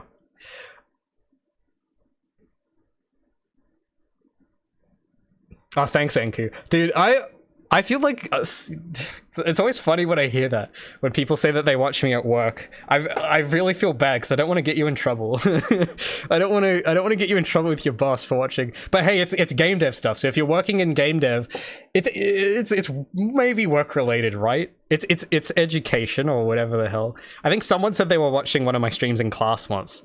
And I had this whole thing where I was like, yeah, probably don't do that. But if it's, it's technically, if you're doing a game dev class, then hey, it's education, so go for it. But yeah. Good suggestion, Jonathan. Yeah, I'm glad too, RC Studios. Yeah, I'm kind of, yeah, I'm glad too. I'll just leave it at that because I don't want to get into a whole thing about that video. But yeah. Appreciate the support on it. Let me just think now. So, mathematics. So I need to figure out, because the thing is, if I subtract this number, what I do know is that this will work if the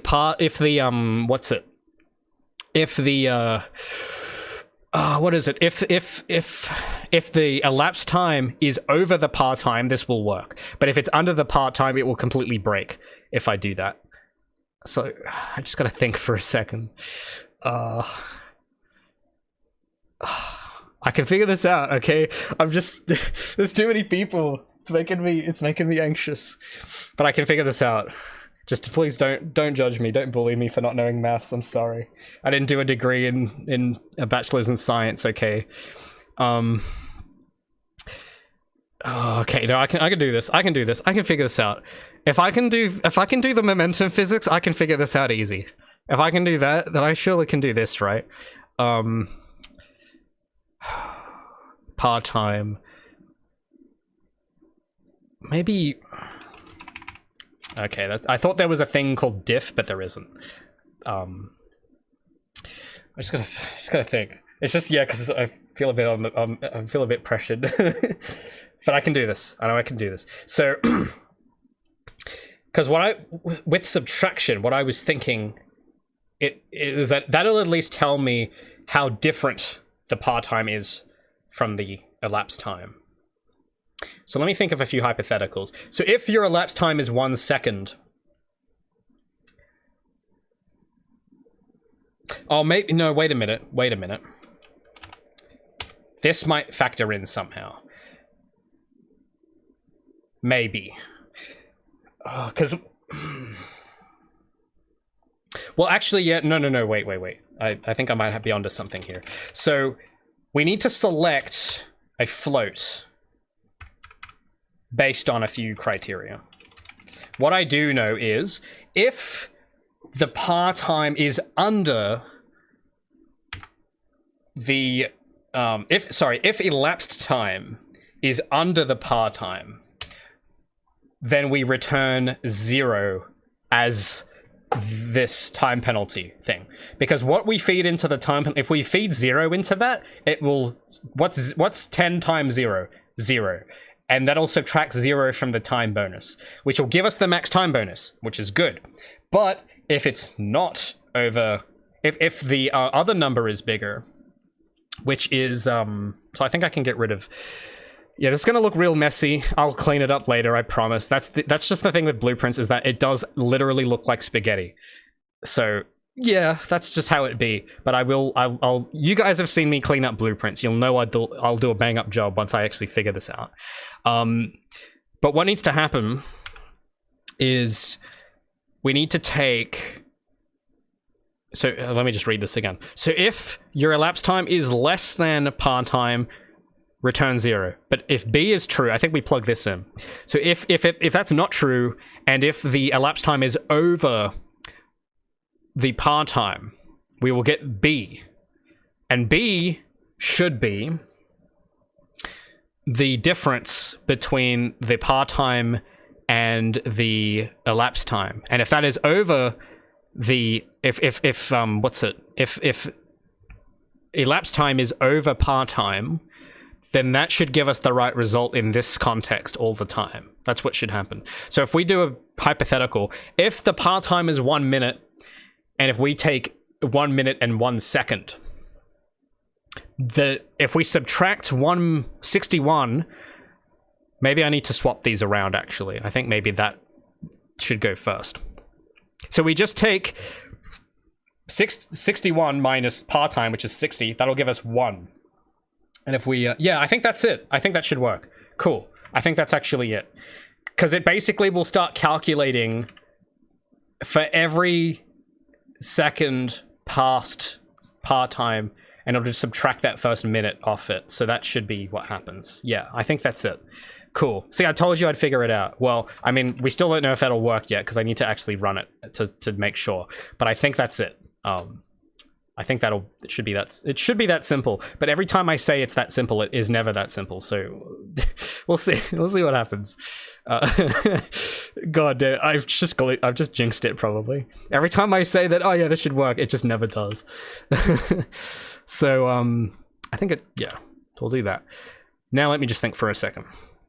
So once we've calculated time bonus, there's another thing we have to do, and that is to calculate the total score, which is really easy. All we have to do here is set total score to be the multiplication of 2 other integers, which in this case is the time bonus plus... see, that's the... Okay, maybe... Yeah, so we need to invoke, we need to like reference the score from the score component, I think. Yep. So we'll have to make an input for that. Call this, I guess we'll just call it score. Make that an int. Maybe I'll call it current score, just to make it clear. So we'll take that, multiply it by time bonus, kablam, easy. But the tricky thing is going to be passing these values through from the right places. We just got to make sure we get that right. If we don't, it just won't work. But if we do, it will. So hopefully it should be pretty easy. I might make a temp variable for current score just in case. I might have to store that in a variable. I don't know. If we don't have to, I'll delete it. But I just want to like have it in there just in case.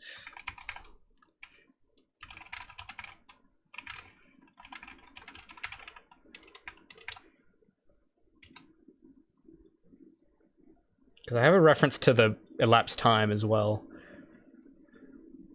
So I'll turn that on. Cool. And then there's calculate rank. This is going to be, well, what we'll do, because I do have a new variable, we'll put something here for the moment, and we'll see later if it'll end up working. But according to my notes, I have to do something like this. So the way that rank will be calculated, because the way this will work, I'll add some default values to this. And I'm going to copy these from my notes. So let me just get that on the other monitor. Remember, if it works the first time, there's probably something... Yeah, exactly. Probably. Wise words. Wise words. Jonathan says, if Project Feline is being made in Australia and if you live in America, you have to flip the screen upside down. Yep, that's right, man. You better get one of those monitors that has a 360 arm. I'll put that on the Steam page though, so people know. It'll have like a little disclaimer on it saying like, you know, supports Australian signal screens only.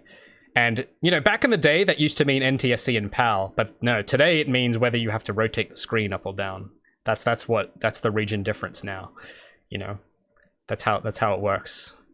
So yeah, in fact, this whole stream, I've got a little thing in my Streamlabs that actually flips the image back around for you Americans to help out there, because I know you guys. I don't want to make you seasick, because I know you Americans just so you have weak stomachs, you can't handle. That's why none of you come to Australia, because you can't handle seeing things upside down. So I've accommodated for that. I've gone through every video I've ever made. I've gone in post and flipped it back for you guys, because that's the effort I go to make good content for the folks in California. So, hell yeah, man. I mean, yeah, well, okay. So what we got to clear up about that is that Australia is in Los Angeles, okay? It's just a different part of Los Angeles. You know, Los Angeles is huge. You got to remember, like, Los Angeles has a lot of people. And, yeah, that includes Australia. So that's in there somewhere. But, yeah, there are some parts of LA that are upside down.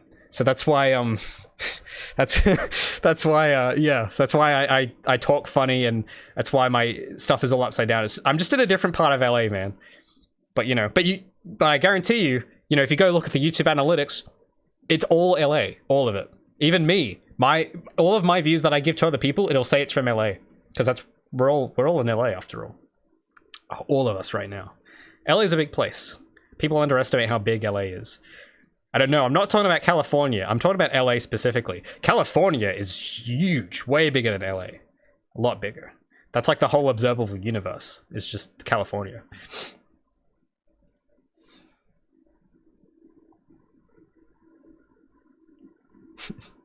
No, I'm not broken. No, that's how it is, Jonathan. You must understand. You've been blinded. I've just red pilled you right now on where you really are. You think you're in England or whatever. I don't know where you are. You think you're there right now? No, you're in Los Angeles, baby. Like all of us. What was I doing? What was I doing? Sorry, I was even taken aback by that revelation. I had to pause for a moment. Every time I explain this, you know, people don't believe me, but you know, it's astonishing. It makes me speechless every time too, because it is a shocking thing to learn that the entire world is just Los Angeles. Yeah. So I'm sorry if I shattered some of your worldviews. I apologize. I didn't mean for the stream to get all political about the fact that the whole world is Los Angeles, but I'm just telling the truth, man. It's just how it is. You know, the analytics said so, okay, so that's that's just how it is. But okay, I remember what I was doing now. Okay, so this is what I was doing. So we're gonna add score prerequisites. So I know this is a very rapid transition after just blowing your mind about the world. So I'm just gonna punch in some numbers.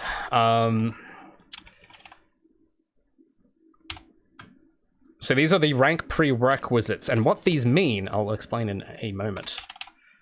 So these are arbitrary numbers. I could probably fiddle around with these later, but basically the way this works, let's say you've got like a 4 or 5 star rating system.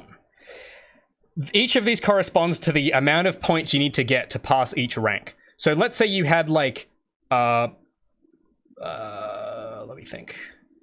Yeah, like let's just take like 5 stars. If the total score, which we calculate here, if that number is below this first threshold, then you instantly just get the worst rank, which is like 1 star. You'll get 1 star if it's below this number. If it's above this first number, you'll get 2 stars. But if it's under this number, like if it's above this number but under this number, then you get 2 stars. If it's above this number but under this number, oops, I didn't mean to change that. If it's in between those numbers, then it's 3 stars. And if it's above this number but below this, it's 4 stars. And if it's at this last number or above, then it's max rank, 5 stars. That's how it works. So what we need to do with that, we need to check each thing. And we need to check the total score. Not like that. Because we set total score in this event, and then we're going to use this variable here. because we're going to check what that total, we're going to compare the total score to each of those thresholds in the array. So that's the cool thing. It's just one variable. The thing that's cool, because you could just say, oh, Ray, well, like, you could, like, just make them all separate ints. Like, why are you making it an array and not, like, like, all separate ints? The reason for that is because you can actually add as many of these as you want. So you could, if you wanted, you could only have, like, 2 of these prerequisites, and you could have it, like, 3 stars or something. Or you could add 10 prerequisites and have 10 different possible ranks.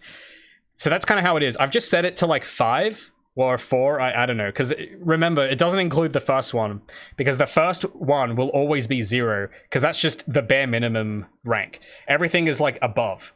So if it was, like, a lettering system, like OSU or something, like, D would not even, that would be, like, off this like, completely. It's just anything below this will be D. Anything above that and in between that is C, and then B, and then A or S or whatever it is. But if you wanted to have the whole alphabet, like that guy in chat earlier, you could just, like spam all these and have like, you'd have like 10 different prerequisites and 10 possible ranks. So that's why it's an array, because you can do that. Not that you would, but you could if you wanted to. And maybe later in development, we might decide to only have 3 different ranks, or we might have 5. It'll depend. So we have that flexibility there, which is kind of nice. So with that array, we're then going to cycle through every possible thingamajig, every possible we're just going to compare the total score to everything in the array, because we don't have to hard code how many. It just, for each loop, it'll just go through anything in that list. It then will add, because I think in this bit of code I have to add 1. There's probably a reason why I have to do that, and I'll remember it in a moment. And we'll call, I think I've got a variable for the rank here. And I think that's it. Yeah, I think that's all I have to do.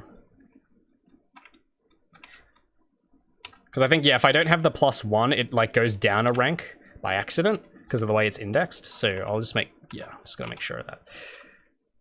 Yeah, because, okay, I remember why now. Yeah, so the reason that +1 is there is because, as I just said, there is no bottom rank in the array, because that is kind of unnecessary, because the first, if you wanted to add it in, it will always be 0, so you might as well just not have it. So if I go to the rank prerequisites, the lowest rank is not on the array, because these aren't ranks, these are thresholds. So the lowest threshold is 0, so there's just no point in putting that. But the index for the first threshold is 0, so that's why I'm adding 1. So that it's, because when rank is 0, it's, because it'll get the index from the array, and if it's 0, it'll return like, D or 1 star. But if it's that +1, it'll return C or 2 stars or whatever. Yeah. So yeah, but basically that's kind of how you have to have that in there. And I think that's it. That was actually a lot simpler than I thought it would be, but we still haven't tested it, and it's probably going to break.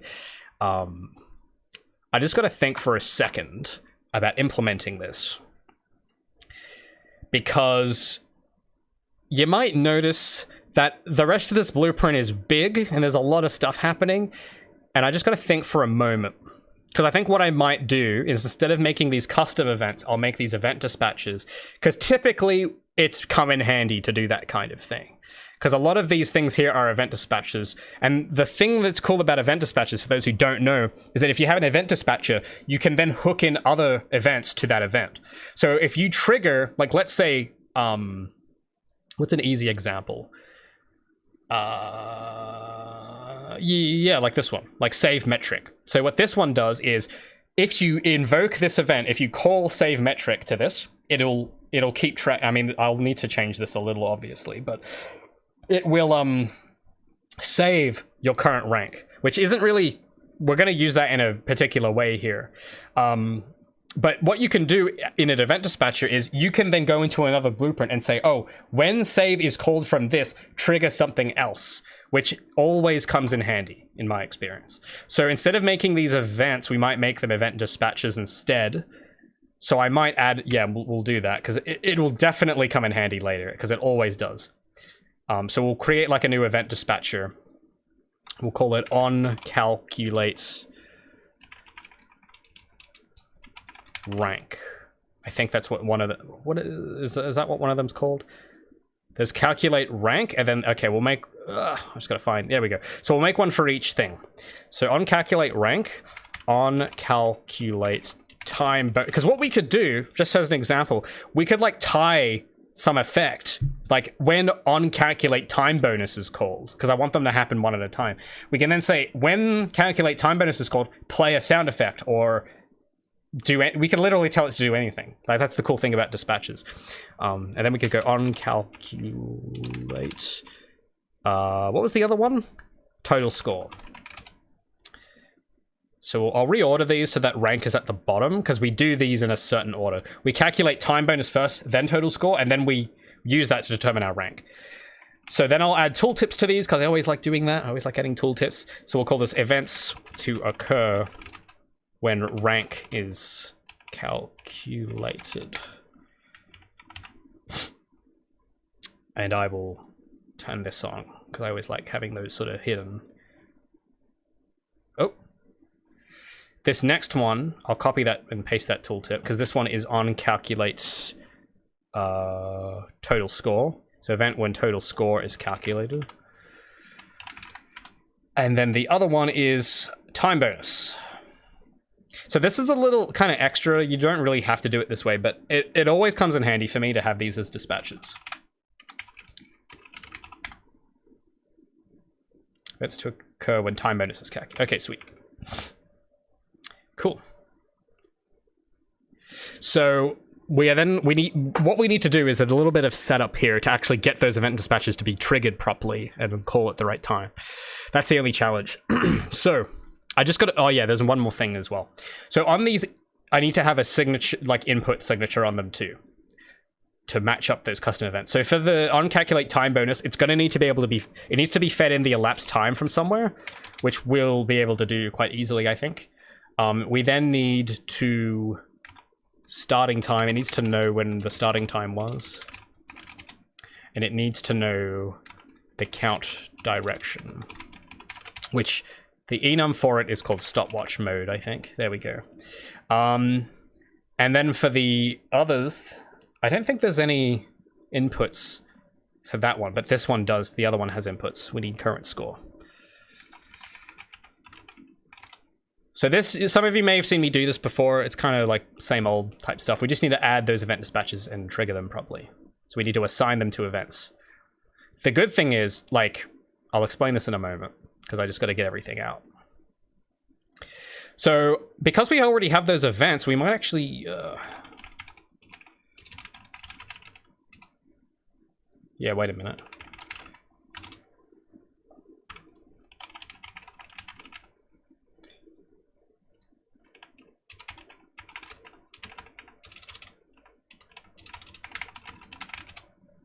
Oh, that's not it. Calculate total score. Oh, something's not right. I'll figure it out.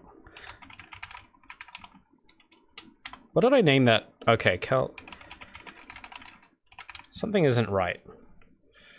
But I'll figure it out. Oh, I think I spelt this wrong.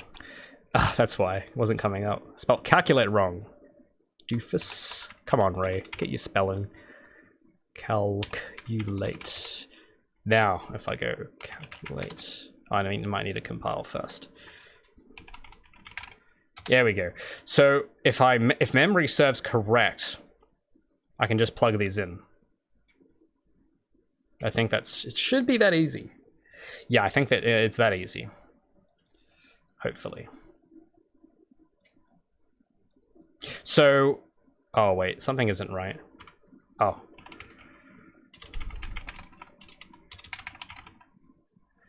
That's the right one.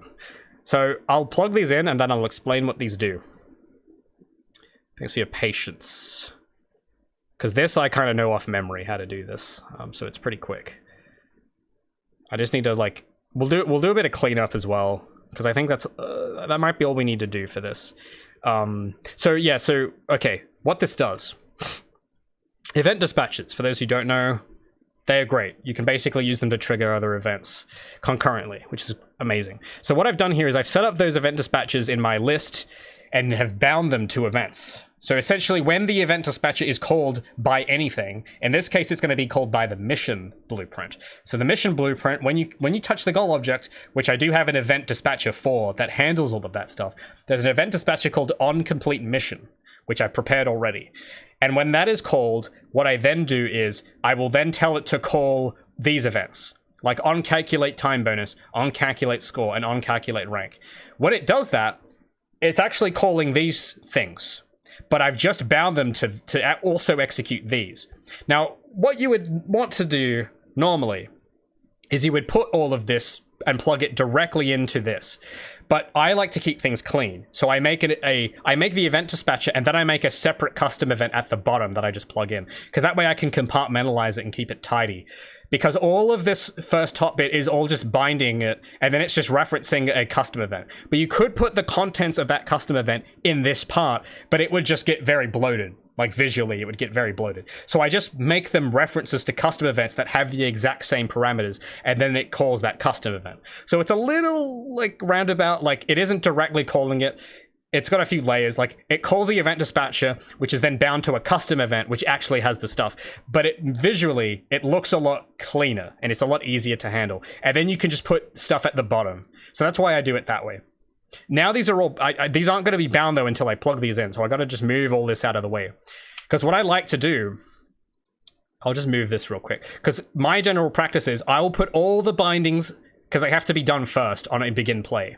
So I bind them all in the first line, and then the rest of the code I just put later on. So that whole first line is just binding event dispatches. And you can see there's quite a lot. I have a lot of event dispatches for this mission system, but it's very handy. They don't always work 100%, because I think there's something I must have done. Maybe I'm overusing. I don't know what it is. Maybe I'm not using them right, but sometimes these don't trigger properly. And that I'm figuring out, but I mean, most of the time they do work pretty well. And it's so powerful, because you can basically just call and trigger events when other events get triggered, and just being able to do that is great. And then I just put that there. Now I'm just going to clean these up a little, and I can remove this. It might, I'm just thinking it would be kind of nice to have this as a function and then have it return a number, but I think this should be fine, I think. I think that should be fine. I don't know, maybe this should be a function. I'm just trying to think. No, I don't think that'll work. Yeah, well, these are being set as variables, so we should be able to then use the variables here in the mission system, in the mission blueprint. So I'll just comment these off. And I might be a little bit more verbose with my comments here for later. We'll have a little thing here where it's like, is total score above rank prerequisite at this index?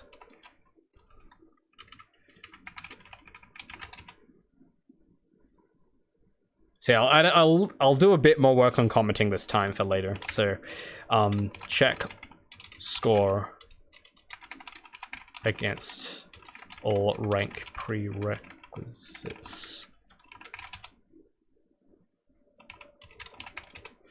And I'll add a little comment because this is important.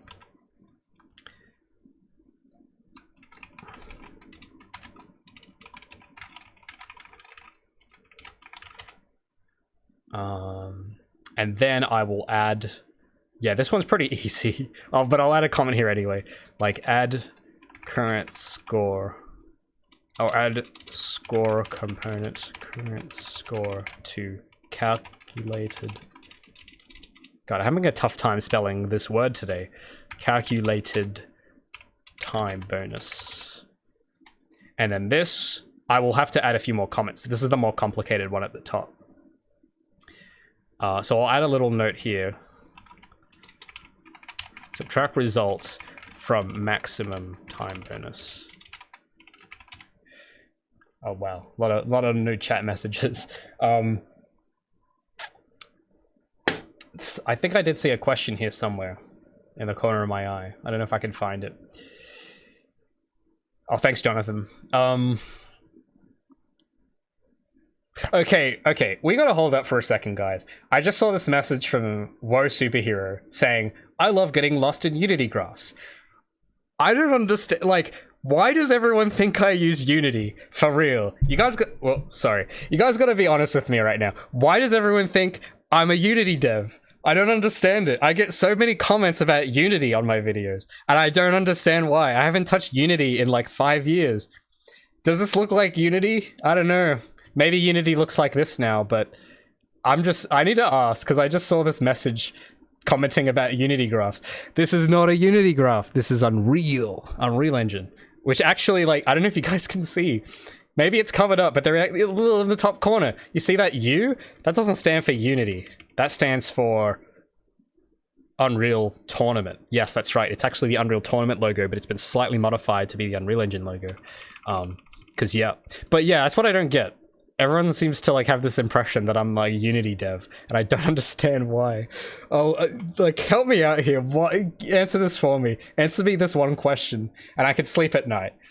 But yeah, I just curious. I get this a lot, and I don't understand it. Oh, we've got a question. Here's a question. Since it's going on Steam, will I incorporate Steam ranking? I will try. I would like to, but I just want to point out that I have no idea how that works. I've never touched Steam before or Steam ranking. I would love to try and implement that, and I will do my best to try. I don't know how it's going to go.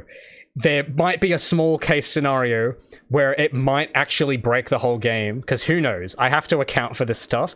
It may just break the whole thing, and it maybe not, but I think I could figure it out. I'm going to try to. I can promise that I will try to. That would be awesome, though. I would love to do that.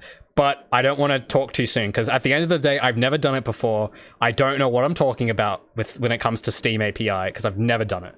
I'm going to have to learn a lot, but I would like to have a shot at it. So if that answers your question, then yeah. Oh, thanks, Pixel. I appreciate it. Yeah, I didn't think Unity looked like this, right? Yeah.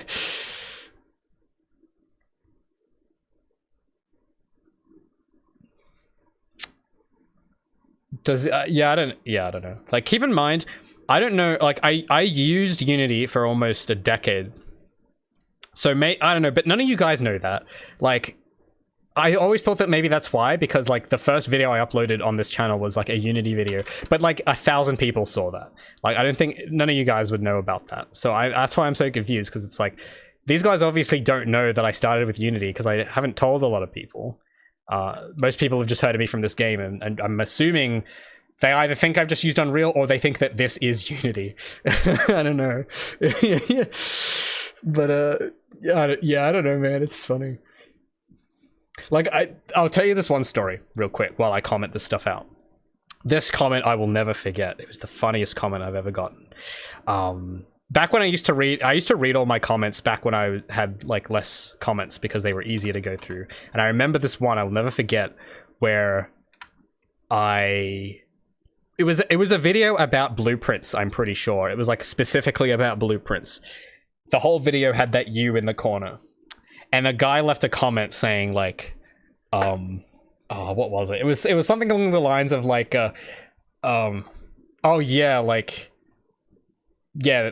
Unity, so it was like trashing Unity even, which is what made this funnier.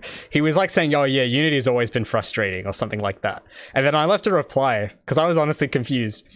And I literally, my reply was, who said I was using Unity? Because I want to know, who said I was using Unity? I genuinely want to know. This guy's response, I will never forget. He freaking blew up at me and he said like, oh, you game dev YouTubers have such an attitude. You know, something like that. He started like telling me off, saying, you're so rude and how dare you? And like, yeah, I'm unsubscribing. Good luck with your game, lol. And then left. And I was just like, I'm just asking, like, I genuinely want to know who said I was using Unity, because it feels like there's someone out there that's telling everyone that I use Unity. So all I did was ask, like, who said that? Because I didn't say that. And then he just freaking blows up at me and says, oh, you freaking game dev YouTubers have, like, no respect. You're such a big ego. Good luck with your game. And he puts it in quotation marks too. It's so funny. He, like, puts it in... He's like, good luck with your game project. And it's just like... I'm sorry, man. What did I do? I'm so sorry. I just wanted to know who said I was using Unity, because everyone seems to have the impression, and I don't know where it's coming from. That's all I wanted to know, but no, apparently my ego's too big. Apparently that's off limits. So, very disappointed. I was devastated that day. I lost a valuable customer, but I hope he forgives me someday. But yeah, I want to know though, who said? Someone must have said it for everyone to keep thinking it. I have to believe that, because there's literally a big U in my corner, in the corner of my screen. That's all I'm asking. I just want to know who said because, you know, maybe people talk about me and they say, oh yeah, he does Unity. I want to know who that guy is, if he exists. That's all I want to know, but I will. I'll never know. Apparently that's very rude to ask that, supposedly. Sorry, I've completely forgotten what I was doing now. It's such a funny story. Oh, where was I? I was commenting this code, that's right. My Unity code, obviously. So what does this part of the code do?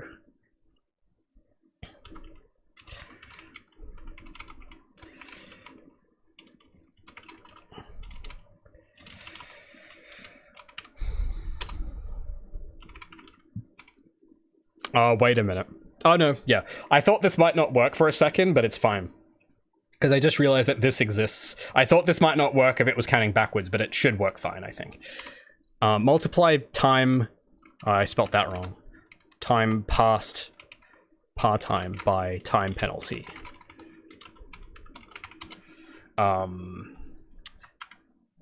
might space these out a little so I can actually read these comment bubbles.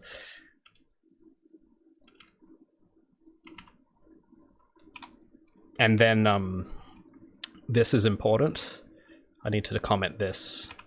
Oh, not like that. I just want to use the small... Yeah, we go, yeah. Yeah, guys. I mean, this is FL Studio. I mean, obviously. I got a message recently from someone who... They saw, like, a screenshot of me in Premiere Pro that I posted about the video. And they were like, oh, are you looking for a musician? Like, I see you've got a DAW open. Like, a DAW, by the way, means Digital Audio Workstation. It's an acronym. And they said, oh, I see that you have a DAW. It looks like you've got music sorted. And it's like, dude, this is Premiere Pro. What are you talking about? Like, it doesn't look anything like a DAW. What are you talking about? Like, when does Logic or FL have a video layer on it? I have never seen that. So that was really funny. And it's like, well, I guess you're not composing if you can't tell the difference between Premiere Pro and FL Studio or whatever. Like, they look completely different. So that was really funny. Is there any C++? No. I mean, well, technically yes, but I haven't written any C++ personally. I'm just using the C++ libraries that come included. Like, technically all of this technically is C++. Even if it sounds like most people don't want to admit that, but underneath it, it's C++. It's just not native C++. It gets converted to it, but it's not, yeah. But no, personally, I haven't written any C++ for this. Oh yeah, Blender used to have a game engine at one point, right? I remember I knew a guy when I was like, I must have been like 10 years old. There's this dude, I used to go to like this drawing class. And there was this guy there who kind of like, big inspiration for me. He was like 19, I think. And he was sort of like a big brother to me. He was, I'd go there like every Tuesday at like the shops. They had like rented out this small little building. And this dude was like there teaching cartoons. And he taught us how to draw like Homer Simpson and like Spider-Man and stuff. And he was an epic guy. He's awesome. I think he used to work at ABC, I think, because he went on to do like animation. And I think he has his own YouTube channel, and he just talks about like animation, like Toon Boom stuff.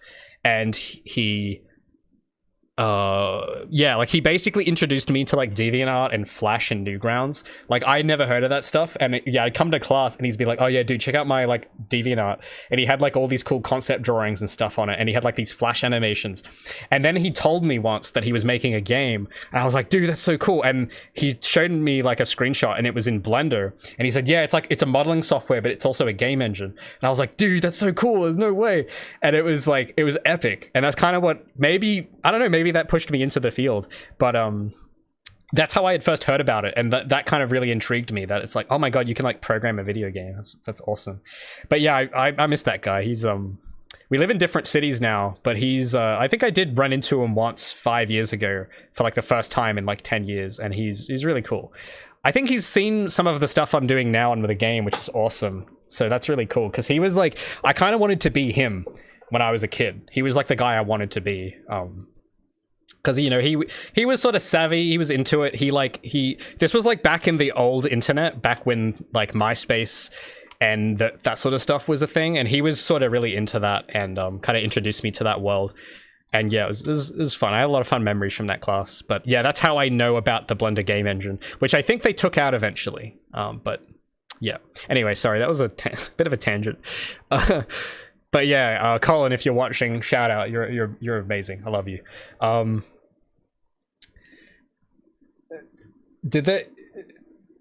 Have they revived it? I don't know, because yeah, I heard it was taken out in like Blender 2.8, but that I haven't really been following it really, so I don't know. But anyway, sorry, that's a big tangent. I have to comment my code. Oh, what am I doing? I was doing putting a note here to say, yeah, because this note's complicated. This is where I kind of got stuck, and I want to put a comment in here so if I look back at it later, I know exactly what it does. What do I want to write? I want to say that this node returns seconds elapsed seconds for each after par time. That's kind of what this does, right?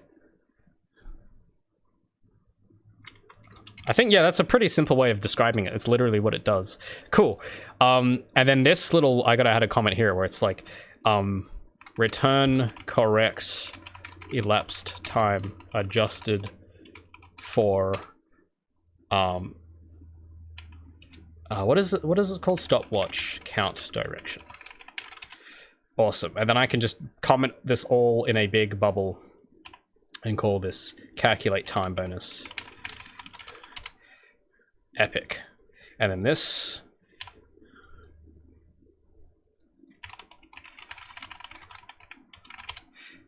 Awesome.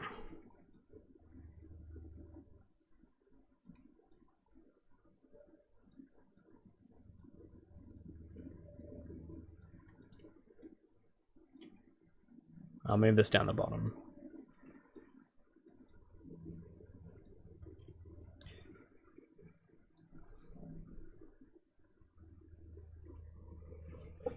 Oh, hold on. Sorry, I'm just looking at chat. It looks like we got some people that are new to Blueprints.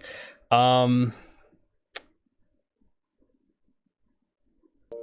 completely lost track of where the conversation's going. Sorry, I'm just looking at chat. I'm sorry, guys. I'm not used to having this many people. There's so much conversation going on.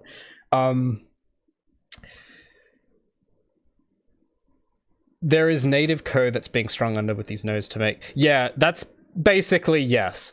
To be fair, I don't get it. I don't know how it works, but I know that it works, so that's all I care about. I know that I'm definitely not the gold standard when it comes to programming, but you guys gotta remember, I don't know what I'm doing really. Like, I'm just doing the best I can. I'm not a bachelor degree like game dev savant or anything. Like, I haven't worked at a studio. I've like made a dozen like game jam games. Like, that's my experience, which you could argue whether that counts as experience, because I've learned through this, doing game jam projects and doing like this kind of thing is a completely different rules apply, and I had to do a lot of learning. But yeah, I'm not like I don't care too much about if I'm doing it perfectly, because no one can afford to do it perfectly. Like, it's just, it's going to take too long. And it's already taken a while as is. Imagine how much longer this would have taken if I actually went and learned C++. You know, yeah, sure, the game might run slightly faster, but would that have been worth for the end product? I think it depends, but in my specific case, I don't think it's going to affect it. But that's the thing, though. That's the thing why I avoid giving like advice on this stuff, because what I'm doing kind of only really applies to my project. You'll have to decide for yourself, depending on your project, whether you want to do it full blueprints or not, because it really depends. Like, it's not a one-size-fits-all thing, which is the kind of thing I dislike about a lot of game dev like advice channels, because it's very general advice that really doesn't apply to some people. So it's like, sure, I've thought about the ramifications of all of that a lot of times, but I feel confident knowing that, sure, the code might not be perfect, but given my ability, and this is why it's very specific to me, because I have to do what's best for me, not what's best for most people, because, you know, I'm not like everyone. Like, I'm not a specialist, I'm a generalist, and I'm doing this all myself mostly. So given that situation, given what I know how to do, I just have to do what my strengths allow, and my strength isn't in C++. So I'm going to avoid that, because that's what I've learned is knowing what to avoid is actually so important. But that's a whole talk I could give some other time, maybe, because I have a lot to say about decisions, and sometimes, you know, like the basics of it is sometimes avoiding things is the best, which comes at a cost yeah, it's not free to do that. It comes at some cost, but for me, it's paid off. Like, but that's why that is only because of my specific skills and my specific situation. I'm not going to say that's the best for everyone, but you'll have to figure that out for yourself, whether you want to do it my way or not. But yeah, just something to keep in mind. Because I see that come up a lot of like, which is better, and it's like, that's not how to look at it. You don't want to look at it like that. You just got to think what's best for you. Because ultimately, if I did the best thing, then I probably wouldn't have made a game. Like, I would be further behind, and I would probably have quit, because I was doing what was not best for me. Because I would be going against my nature, which is, everyone has a different thing. Like, for other people, that whole C++ thing might be worth it, because you actually might know how to do that stuff. Like, I know someone recently who's been researching the hell out of C++, and it's paying off for him, because he actually has those skills to understand that stuff. However, he's not an artist. Like, he doesn't really know how to do character models. I mean, I've seen him do it, but it's like not as good as, you know, a specialist, or you know, he doesn't really draw that well. Like, there's a trade-off. So for him, that choice might be better, because he's more suited to learning C++ than I am. Or, you know, and, you know, he can't make music, for instance. So that's like another thing to consider. Like, with me, I have like I'm like good at a lot of things, but some people are like great at one thing. But none of them are correct. You just have to kind of roll with what you're naturally predisposed to. But anyway, I could go on for an hour about that, and I'm not going to, because it's a big topic, but that's just something to keep in mind. Am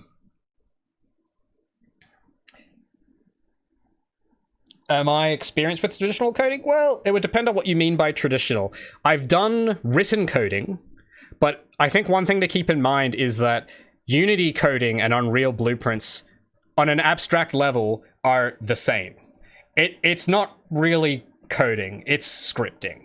Coding, like actual programming, is way more in depth than that. That would be like the people that make the Unity libraries or the Unreal library. Like, that is sort of what I consider to be programming, and I don't consider myself a programmer.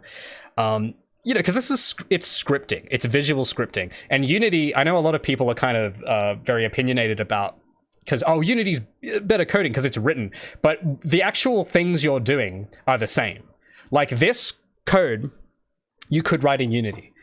The level of abstraction, it's like the tip of the iceberg. You're not really delving into the API. You're using libraries that other people have written to script a specific sequence for you. It's the exact same. It's just with Unity, it's written in C#, and with mine, it's a visual interface for C++.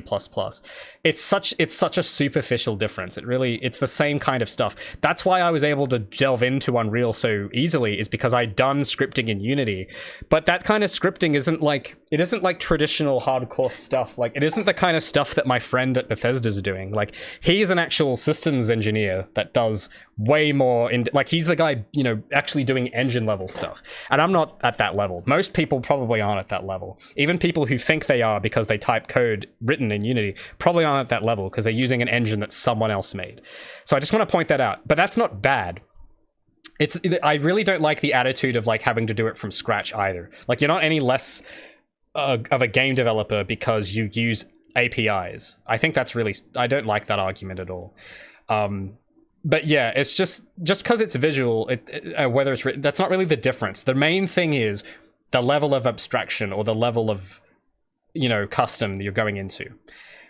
For me, I don't need to know how to do engine level stuff. I could learn it, but I have no utility for that at all. Like, I have no reason to learn that because it doesn't help my goals. So I'm not going to. I'm just going to avoid doing that because it's literally a waste of time for me. So some people might need to, but I'm not one of those people. So I just stick to what I know, and it works. Doesn't work perfectly, but it works good enough, because that's the thing, a good game is never finished, just abandoned. There's like that old saying.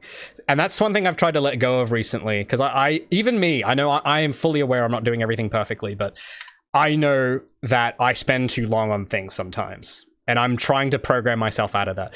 Me stopping now and learning C++ would hurt the game so much because of the time opportunity cost. It would just take too long. Even if it meant the game would run a little better. For that outcome and that time investment, it's not worth it for me because I am not the kind of guy that can learn that stuff easily. But that's me. That's just me specifically. I'm not saying that'll be the same for you or for anyone. Like, that's the thing you just got to keep in mind. I'm just doing my thing. I don't really care what other people do or how they do it unless it benefits me somehow. Like, if there's another technique that works with my style that I can do easily that will benefit the game, then sure, I will do it. But learning C++ is not in that realm. So yeah, anyway.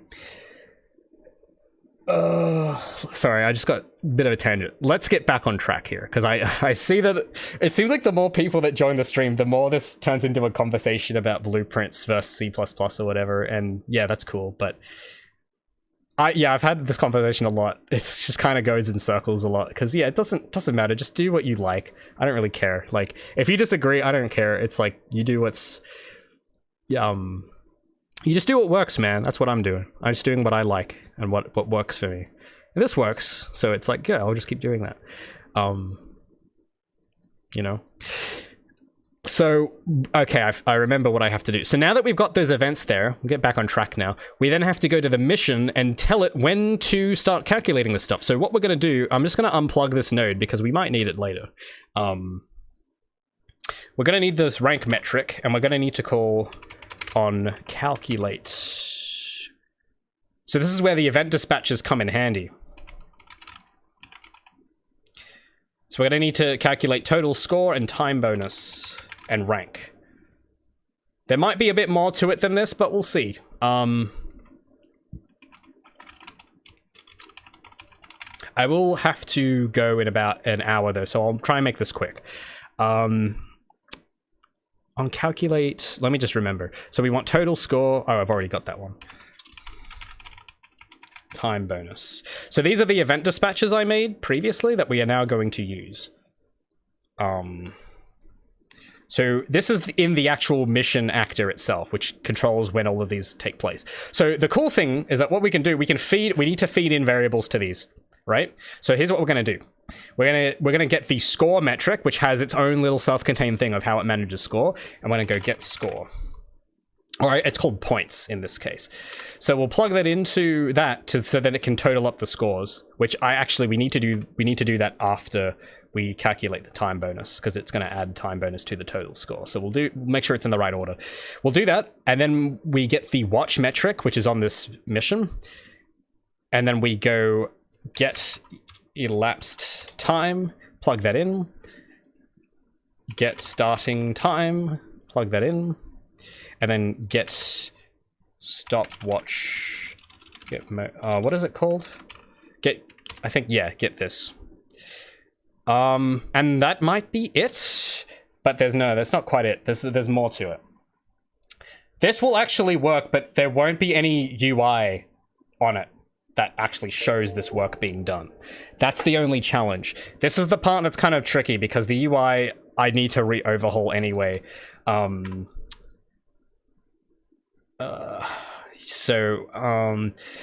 just want to have them show up on whatever I've got. That's the main thing. But the way I've coded it is really specific. I just got to remember how to do it. Thanks, Pixel. Thanks for stopping by.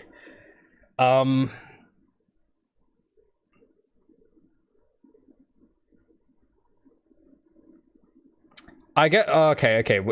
Everyone's still talking about the blueprint stuff. All right. That analogy,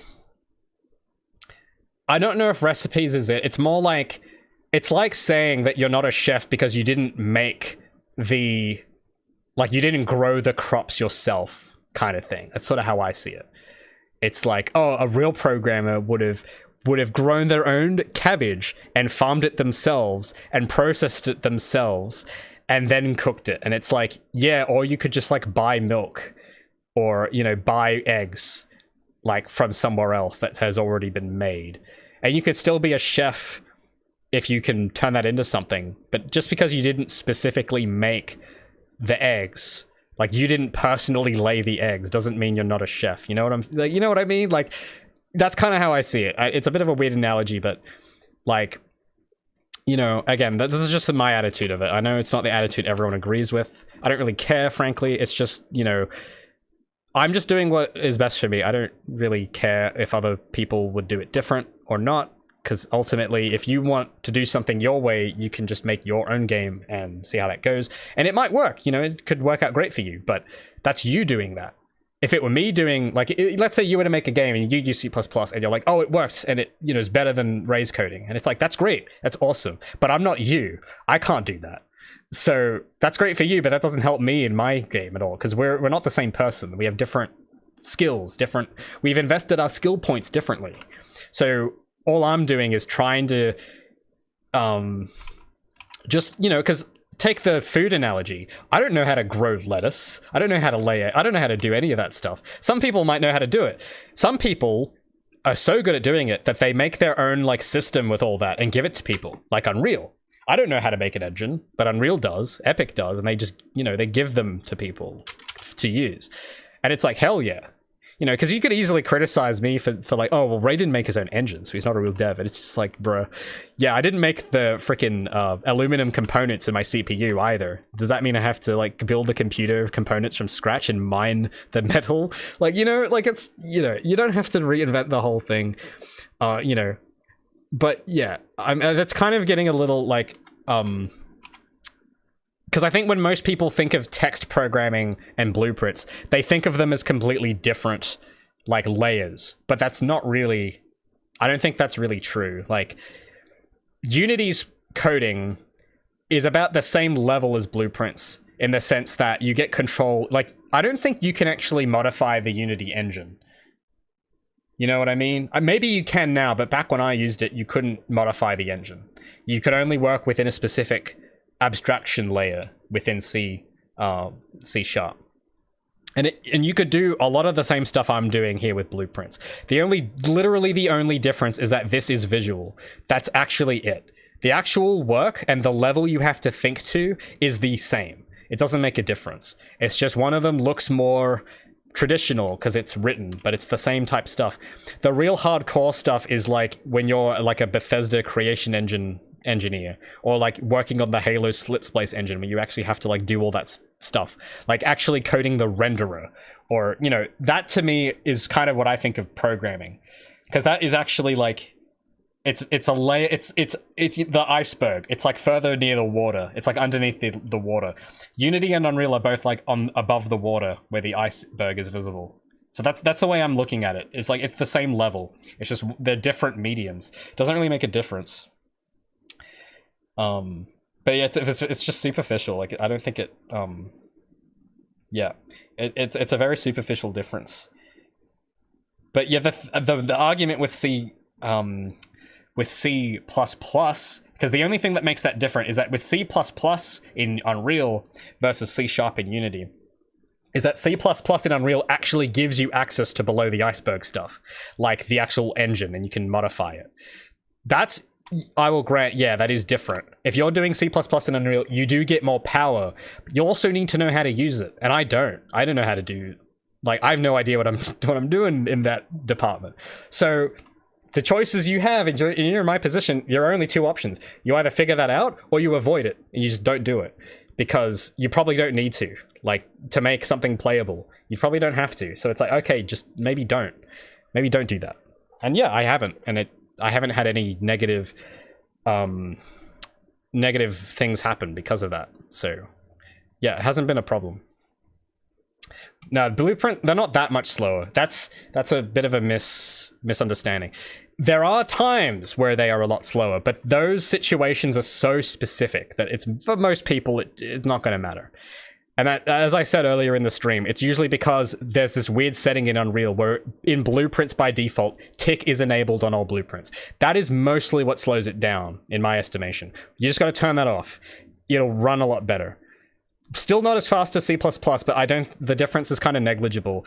And you might say, oh, well, if you spawn 1 million actors, then and it's like, yeah, but maybe just don't spawn 1 million actors. Like, in what situation are you gonna need, like those tech demos where they have 1,000 rubber ducks? Is that really gonna be a situation in your game you need to worry about? Probably not. So it's like, just don't worry about it. Like, you're probably not gonna have that scenario. And yes, it's not the perfect scenario, but like, again, perfection is a luxury. Not everyone has time to learn the perfect way. Doesn't really matter.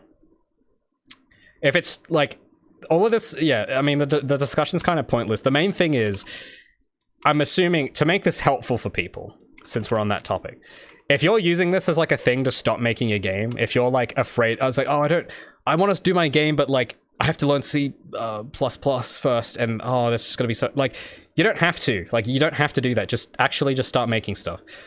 Like, yeah, it won't run as technically as optimized, but you at least have something. Like, just at least do something, please.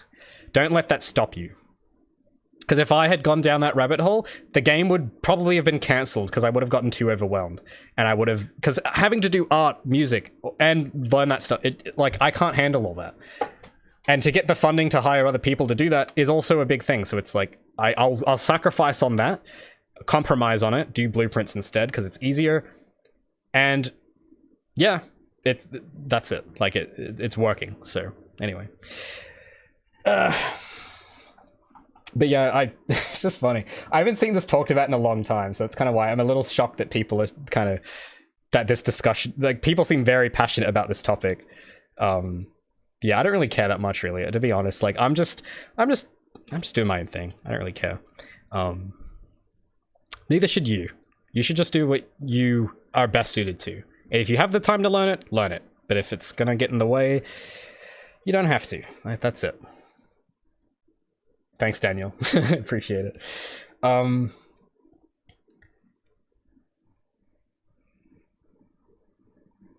Yeah, Blueprint, yeah, it's definitely... Like, look, there's compromises for sure, but it's usually...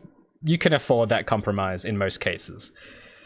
That's... anyway, I'll get off topic. I gotta get back to, like, focusing on... Because I have, like, half hour left. Less than half hour left. So I just have to quickly sort out what I'm doing. I know this is a very passionate topic. I know everyone seems to be very interested in it, but I gotta get on with my work. Yeah, hell, even that whole time I spent explaining it was time I wasn't spending coding. So there you go, there's an example. I could have started looking up the C++ API right now, and I would have made no progress on the game. So that's a contextual example right there. Oh no, that's not the name of it. What is it called? It's like an that's not the word I'm looking for. You know the word. Circumstantial or something. Maybe that's the word for it. Oh, I don't know the name. There's some word that the one. Anyway, it's not important. Not important. So here's the thing I'm trying to process in the back of my head here. So the way that this system works is that when the results screen is spawned, it does something very particular. And I need to pay close attention to how this works. But before that, I need to use the bathroom. So I'll be back in like a minute, and then I'll explain what we're going to do. Because what we need, if I play this right now, I'll show you the issue. Because it's going to do all the scoring, and it's actually going to do it, but we won't see it. That's the only issue. Like, if I go and hit the results screen, it's not going to... Like, this is the old widgets. It's not actually taking into account the actual data. We need to have this show up on the results screen. And then later, I need to redesign the results screen to look way better. But I'll be right back. I need to use the bathroom. Be like just a minute. And then we'll get on to showing it on the display. So don't go anywhere. I'll be back in just a sec. Wait, that's not the right camera. There we go.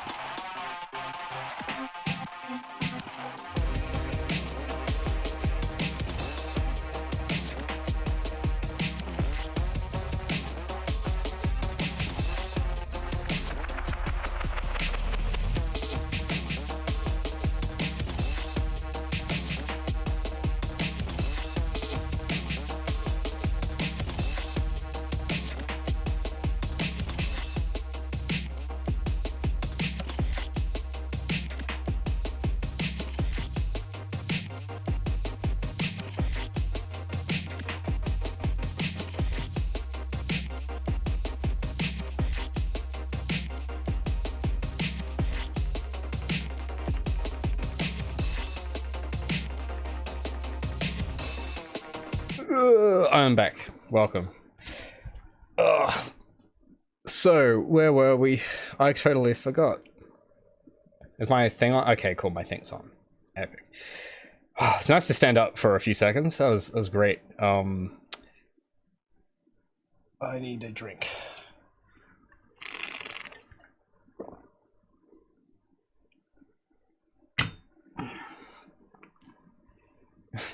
I wrote my entire game in C++, and this is what happened. Would get views. I mean, yeah, it would, but it's like...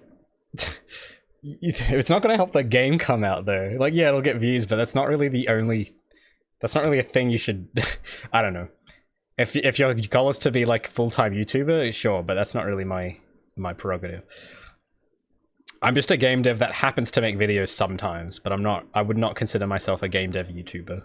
I think I uploaded this year for like 6 months at a time or something. So yeah.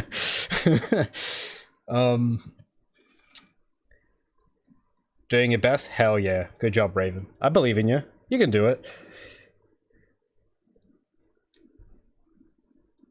Oh, hey, Death Diamond. I didn't see you there. No, I did not fix slide hopping. In fact, well, that's a topic for another time. I gotta stay on task here. Where was I? Okay, so let me set a quick stopwatch because I have like 20 minutes, roughly. Where do I have a 20-minute timer? Kind of. Well, yeah, we'll do 10 minutes. I'm just gonna keep track of time. So, I need to like put this on the HUD. There's a thing I have for that somewhere. I just gotta remember where it is. Oh, yeah, it's, okay, I might need to make some new metrics for the HUD. Or do I? I don't know. Maybe. I don't know. Let's, I gotta check something, though, real quick, on the rank.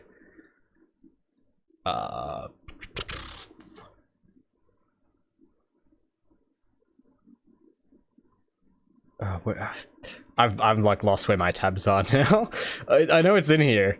Oh yeah, okay, it's this one. All right. So, so here's what I gotta do. Create widget, because the thing is, it's a little complicated, but I've basically tried to make it so that it like will, these metrics all have the ability to like spawn widgets on the HUD, and they do it in a particular way. But it would be nice if I could spawn multiple widgets. I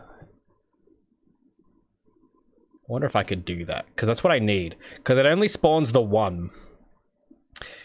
It just spawns like rank, and then it'll say something. But I need to have multiple of those. I'll explain real quick what I'm talking about, because if we go back to the results screen, and if I, so this is what I mean. So what will happen is that, excuse me, I just dropped something.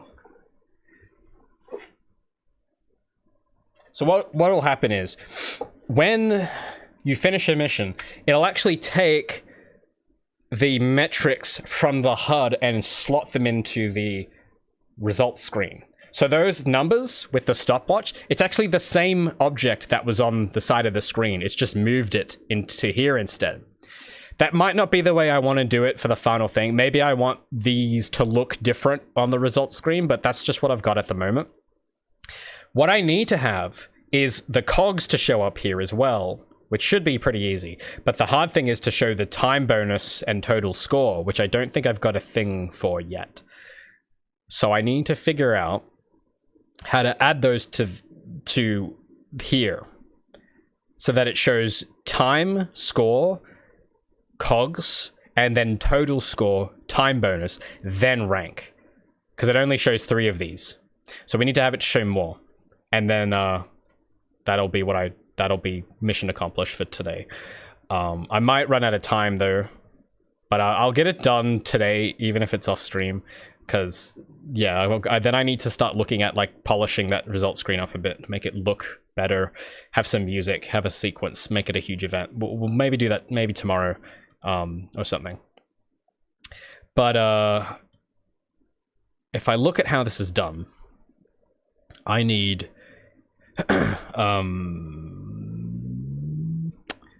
I want to be able, because the thing I'm trying to think of is, could I have that happen all in the rank metric, so that the rank metric is responsible for spawning those on? Because that'd be great. So I'm going to try that. I don't know what'll happen, but I think that's the way I want to approach this. So I'm going to change this widget to be a array, so I can spawn multiple, because I want to spawn 3 widgets from this metric. I want to spawn the total score, time bonus, and rank, controlled by this, because this is the only blueprint component that kind of cares about that stuff. This is the thing that's responsible for calculating those. So I'd very much love it if this component was also responsible for spawning those. That'd be great if I could get that to work. So we'll have to change some of this stuff, obviously. Yeah, because I haven't touched a lot of this in a while, so we're gonna have to like think carefully about this. Because there's a few events. Yeah, here we go. I just gotta read this carefully, because if I mess this up, it's gonna be catastrophic. So the way that this normally works, with a normal metric, like let's take the time stopwatch, for example. This has an identical event in that component. And what this will do is, when the event dispatcher on create widget is called, it'll check if the widget variable, this is where we decide what widget it spawns. It checks whether there is something assigned there. Because if there's not, it's going to return an error. It just ignores it. So it checks... oh, wait a minute. Is that what it's checking? No. Okay, so widget is actually not... So, okay, sorry, I just have to remember how this is done. So the widget class... This is the thing that you tell it what widget to spawn. So in this case, I've got a widget called widget rank, which is like a bit of text that says rank and then a word next to it. That's what that widget is. I tell it what to spawn here. The actual, this thing, widget, is the reference to the object it spawns. So once it is spawned, it'll assign it. So in this case, if there is no widget existing already, if it hasn't been already spawned, which will be true, or false, sorry, in this case, then it will create one. If there one already exists, it completely ignores this event because we don't need to create two widgets. It'll only do it once. So if there is no existing widget, it creates one. It then will give it, because it needs to reference this component, which it'll assign that reference to. It then adds it to the player's screen. And then it does something else. Okay, yeah, this is important. So after it adds it to the player screen, it then checks if there is the Feline HUD-based class. And if that exists, and if this boolean is enabled, it will actually put the metric in a specific spot on the HUD. So instead of having a canvas, I've already, because, can I demonstrate this? Yeah, so the way I've done it, it's a little, like, this is kind of complicated, but it actually makes creating widgets very easy. So let me change this back so it doesn't break. And I'll show you what this does. Oh, okay, it's completely broken now. So let me get rid of that. Okay. What's all these? Okay, I don't think I should worry about these yet. So, for example, if I can demonstrate it. So at the moment, when you start the game, it will run that through for one widget, and that's the speedometer in the corner. That's why that's always there, because it spawns when you start the game. But you'll notice, I'll get rid of my little zoom here. You'll notice on screen there's no other widgets on screen. But if I go and activate a mission, it will then... Oh. Oh, there we go. Okay. It's a little broken, but it spawns the event counter on screen. And you'll notice that it doesn't just put it anywhere. It puts it specifically at the top there. That's what that code does. It slots it in a specific place. If I exit the mission and go to the one later, it'll slot them... Yeah, it picks a different corner because you can actually tell it which corner to spawn in. So it'll slot those widgets into... Because I do have a slot on the canvas that's just empty by default. And that code will take those widgets and put them in that empty slot, and it orders them automatically. So I don't have to hand place each widget to be at a specific size on the screen. It just automatically will stretch them to the right size and order them in a specific way. So you can actually tell it what order to put these in. So there's a little number that says index on these. So if I wanted, I could tell the stopwatch to be index 0, and it'll put it above the score. It'll put that one first, but I've told it to go in the middle there. I could also tell it, which index... you guys can't see where I'm pointing, sorry. Which, slot index to do, because I can also tell it to slot in the middle of the screen or on the bottom corners. So I've just got it in the top left corner for the moment. But it's essentially, yeah, I don't have to hand place each one to be the specific right shape and size, which I like. It just automatically will neatly list them out very, very nicely. So the challenge that we have is when we do the results screen, the same thing happens, but it just slots it in a different place. Because you'll notice, pay attention to that corner. Watch it carefully. And if I touch the goal, you'll notice, I know it's blurred, but those widgets disappear.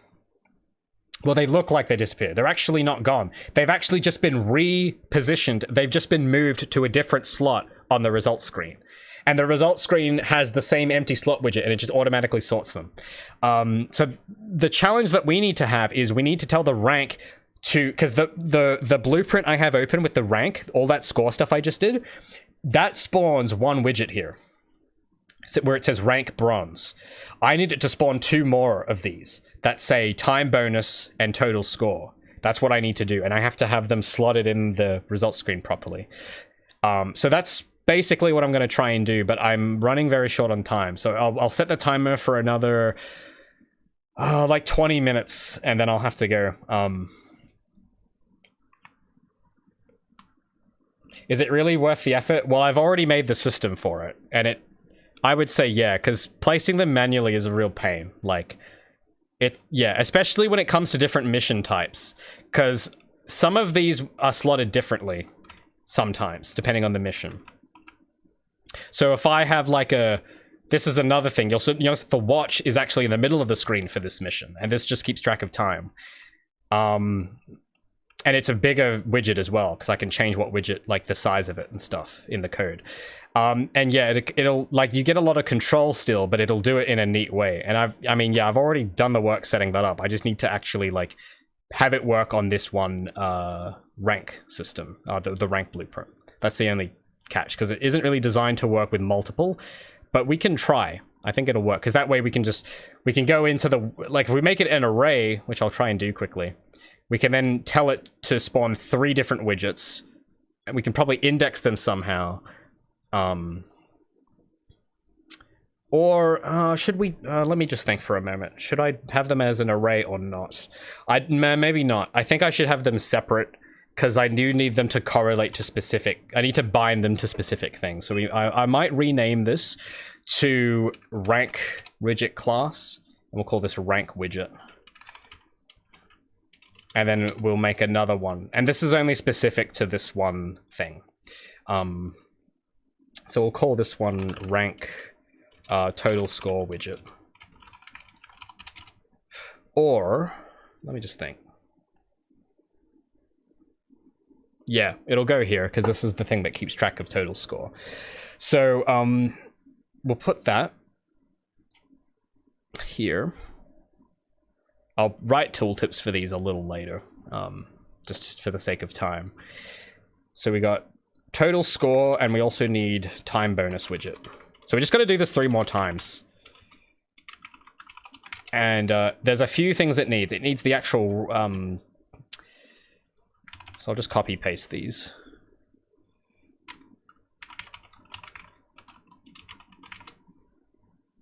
Oh, let's wait. Oh, wait, I gotta rename these to be widget class.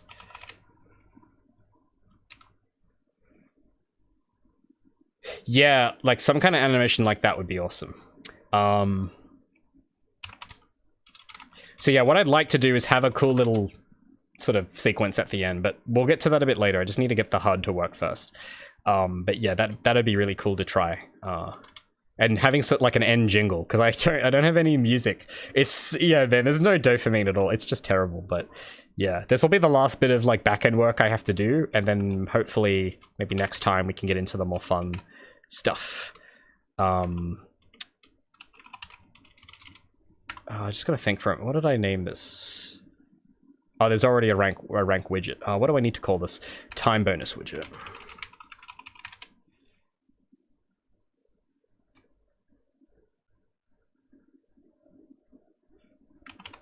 Then total score widget.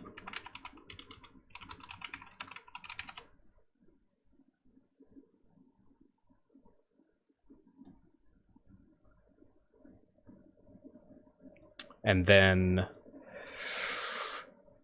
time bonus widget class, total score. I just gotta look at the... I think I could copy those tooltips probably. Yeah, I'll just copy those. Bam. And then, do these need to be... Okay, these are all marked correctly. That's great. Time bonus, total score, rank, time bonus, total score, rank. Okay, those are in the right order. I then, basically, I just gotta add those in there. It should be pretty easy. Time bonus, total score, rank. So let me just think for a second. What? Yeah, okay. I will have to change something about this thing though. What I will need to do is make this an input instead. because this we can just reuse for each of these, but it only works for this specific one. So we just need to change that.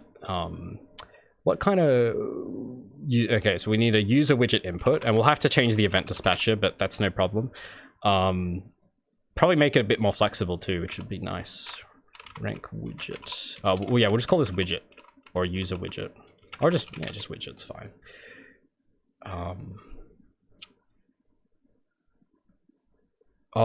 Will that work? Let me think for a moment. No, this needs to be a class reference. And that needs to go here. Because that is what we really need to check for. Oh, wait, what did I have plugged in? Okay, I had that plugged in.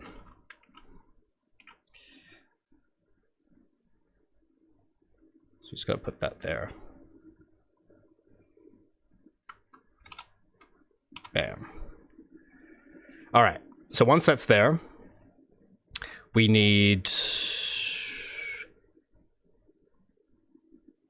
this is where things might get a little tricky. Yeah, okay, we might have a bit of an issue, because this references the specific class, which I don't like doing that, but that's how I did it at the time. I just gotta think if there's a way I can get around that, because what it does, I just gotta look at this real quick. So yeah, the way these are a bit weird, but there's a reason I've done it like this. I just gotta open... Is there a way I can open that? Okay, I'll see if I can show what that does. Rank metric. Because the thing is, there's two things going on. There's the blueprint, which controls just the logic only. So this event counter... well, it's not a blueprint, it's an actor component. There's a reason why it's an actor component, but essentially this is the brain of the scoring or the rank system. This is basically, it does all the work of like calculating the rank. It's just the code only, it's just the brain. There's a separate widget which doesn't have really a brain at all. It just represents the value of whatever this is in a visual form. So the issue is, because these aren't the same thing, but this, well, because I call them both metrics, but this is like a widget metric, or a metric widget, and this is a metric component.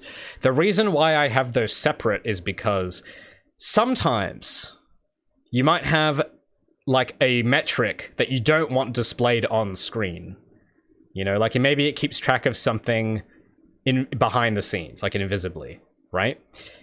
And most of the time it will have something on screen, but sometimes it doesn't.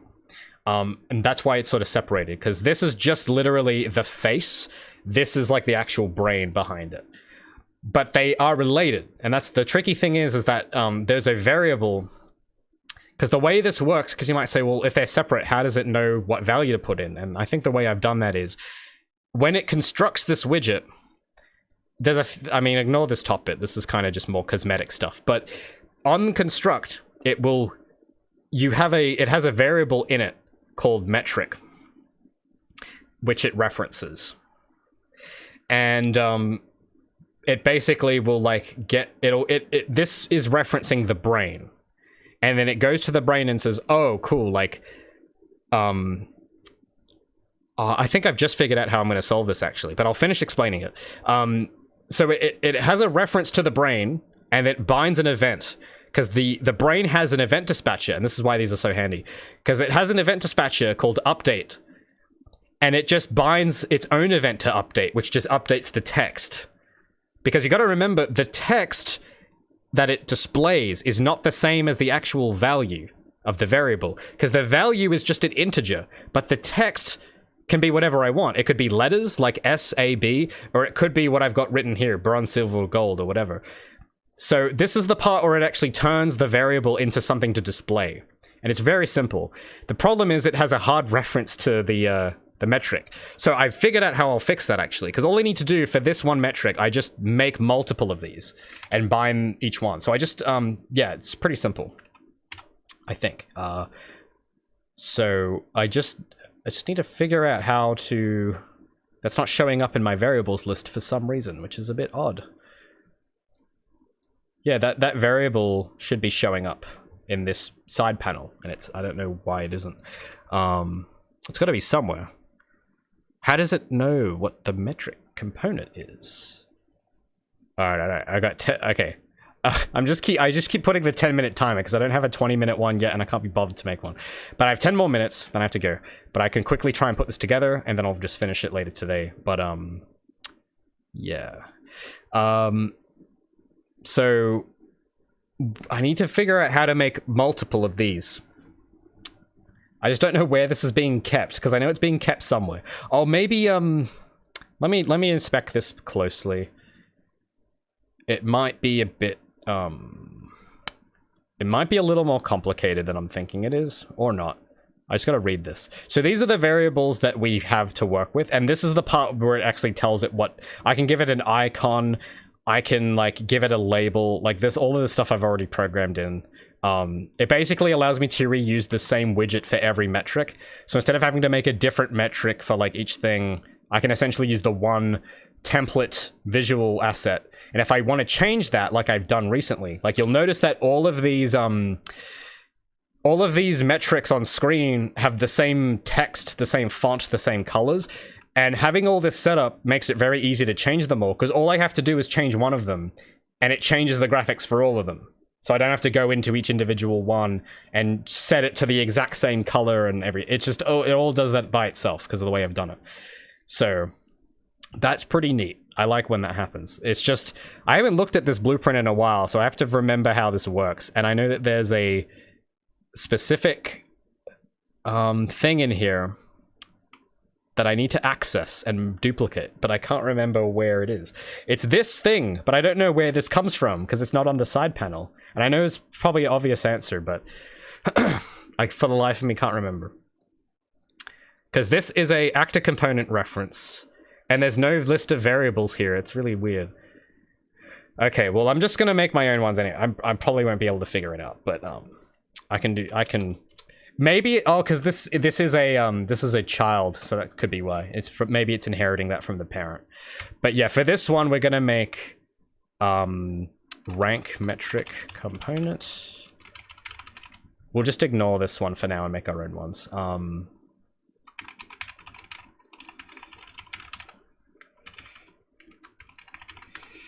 I will make this an actor component object reference.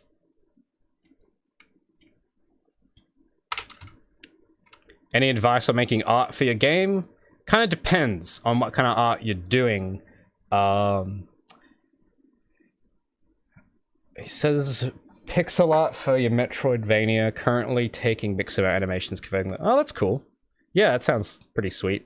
I don't know. I've never done pixel art, dude. I've got no idea. Sorry. Yeah, I don't know. Everyone does things differently. I don't know how you do it, but it sounds cool. I mean, yeah, it sounds pretty cool. Hope it works. Yeah, I think that's what it is. So this is actually correct, but the thing is, I totally forgot that this is a parent, which does have that variable in it somewhere. Yeah, so that's why. But the thing is, the parent, I don't want to add more to that parent because that is perfect, and it's getting used in other places. So I don't want to touch that because this is only specific to this one metric. So I'm going to make these variables on this one only because we're not going to need these for the other ones. So that's where that comes from, for those who are wondering. I just figured out in my brain. Oh, thanks so much. Oh, wow. Thank you so much, Mapez, for the $2. Thanks so much. That's awesome. You're amazing.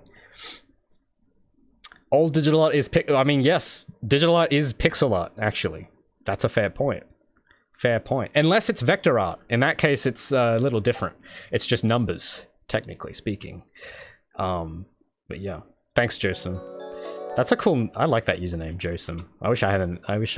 My name was Joe, so I could have stolen that username. Rank metric component. What was I adding? There's another one. Total score, that's it. Yeah, I kind of wish I knew how to do vector art. It sounds really convenient, but I have never learned it. Total score metric component. And then we need one more, which is the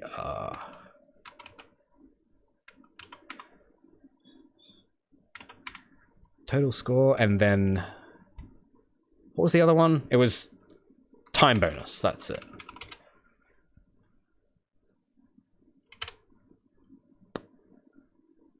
And I just need to check one thing on the parent class. Is that instance editable? Yes, it is. I'll make sure I do that.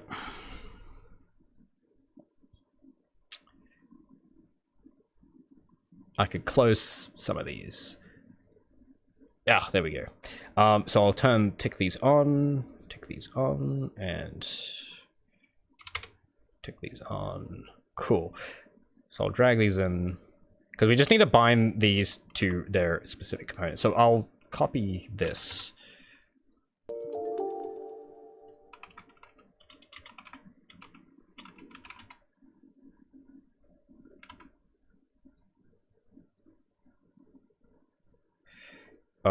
Cool. All right.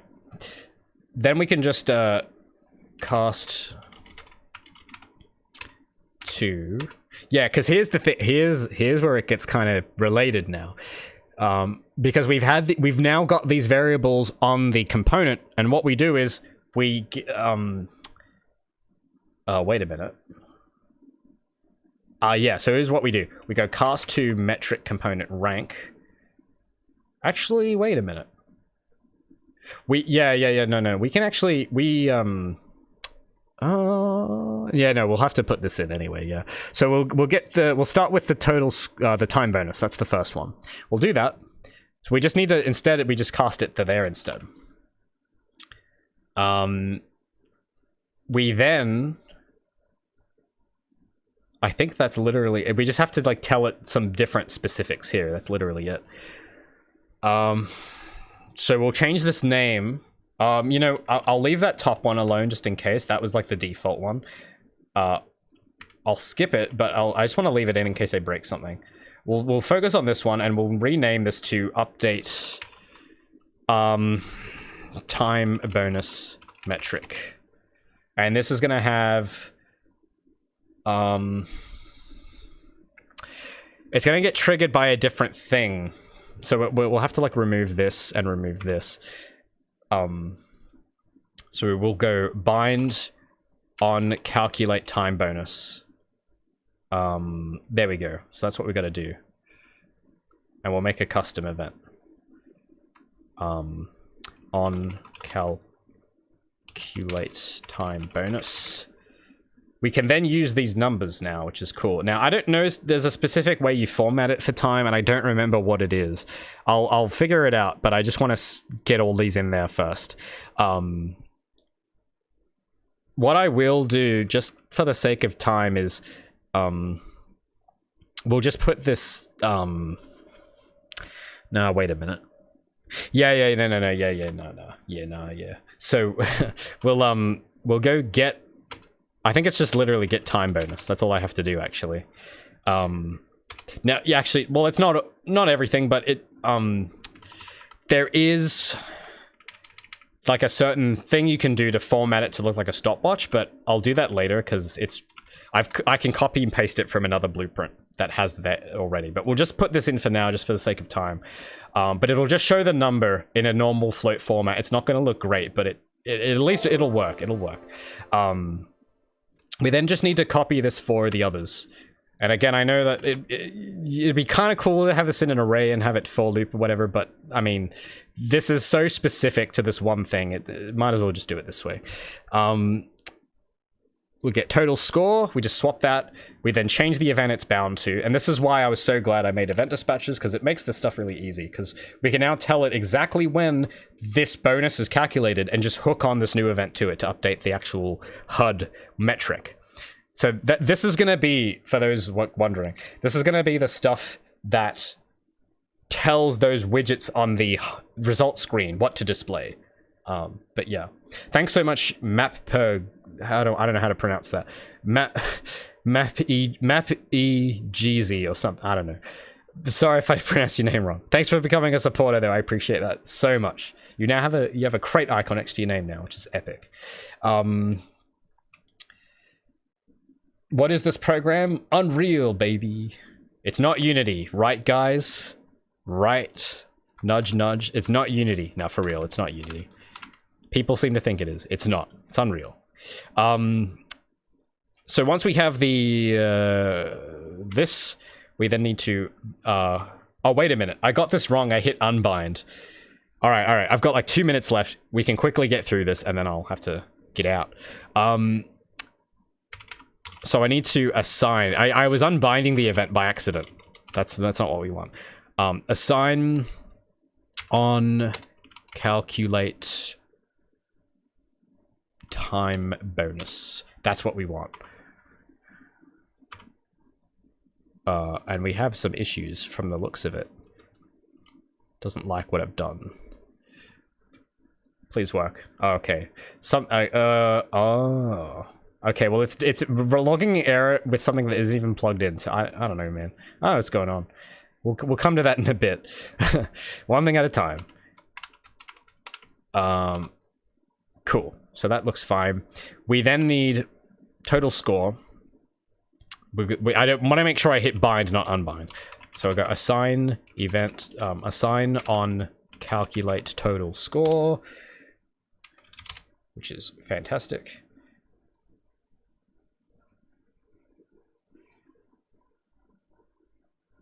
Just don't. That error is bothering me, but I'll figure it out.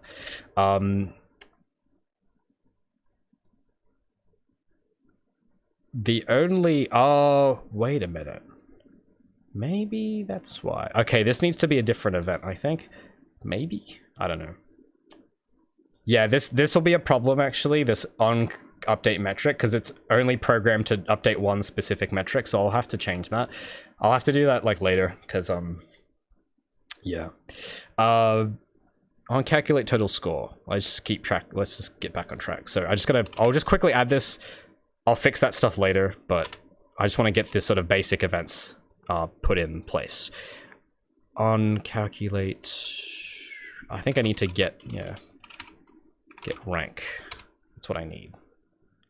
Now, okay, so this is where I would do this sort of thing. I don't know why these are coming up with errors. That is kind of weird. But I would do like this. This would go here. Seems to not like when I do that though, which is kind of funny. Because yeah, this should, I don't know. Doesn't like, maybe these variables, I might have deleted them or something. Doesn't seem to like when I do that. But I'll get to that. Then there's one more, I think. It's just the rank. Call assign on calculate. Oh, wait a minute. No, yeah. Sorry, I'm a bit ahead of myself there, because it turns out this already exists. Like that thing I just plugged in is supposed to be. Yeah, that is actually wait one moment. That's supposed to be down here.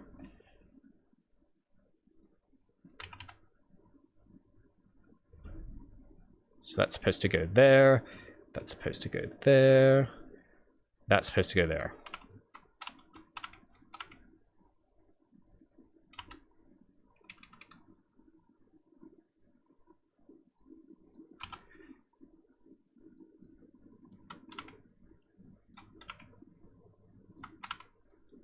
And oh.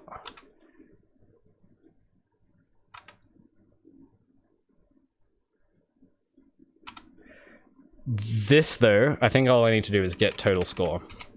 And then I just plug that in.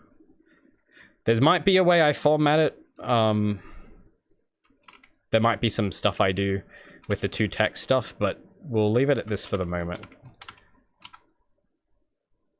Cool. That bare minimum will get us through. It's just, I don't know where these errors are coming from. I know this looks like a mess right now. I'll get to it some point later. I just don't, yeah, hold on. If I compile that now, okay, it seems to really not like something. Oh, it's just because I've unplugged this. Maybe that's what it is. If I unplug that... Okay, no. I don't know why it's like, it's really not liking, even though none of this is plugged in. Maybe I have to unplug this too. Okay, there we go. Okay. It just didn't like that these were... Yeah, okay. I understand. That makes sense. So this still won't work yet because as I've been looking through this, we need another event, or we need to modify this event to be able to take multiple widgets. This is something I wasn't really expecting on doing, but I kind of get why. Luckily, this is only specific to this one thing, so we shouldn't have to worry about having all metrics do this. Yeah.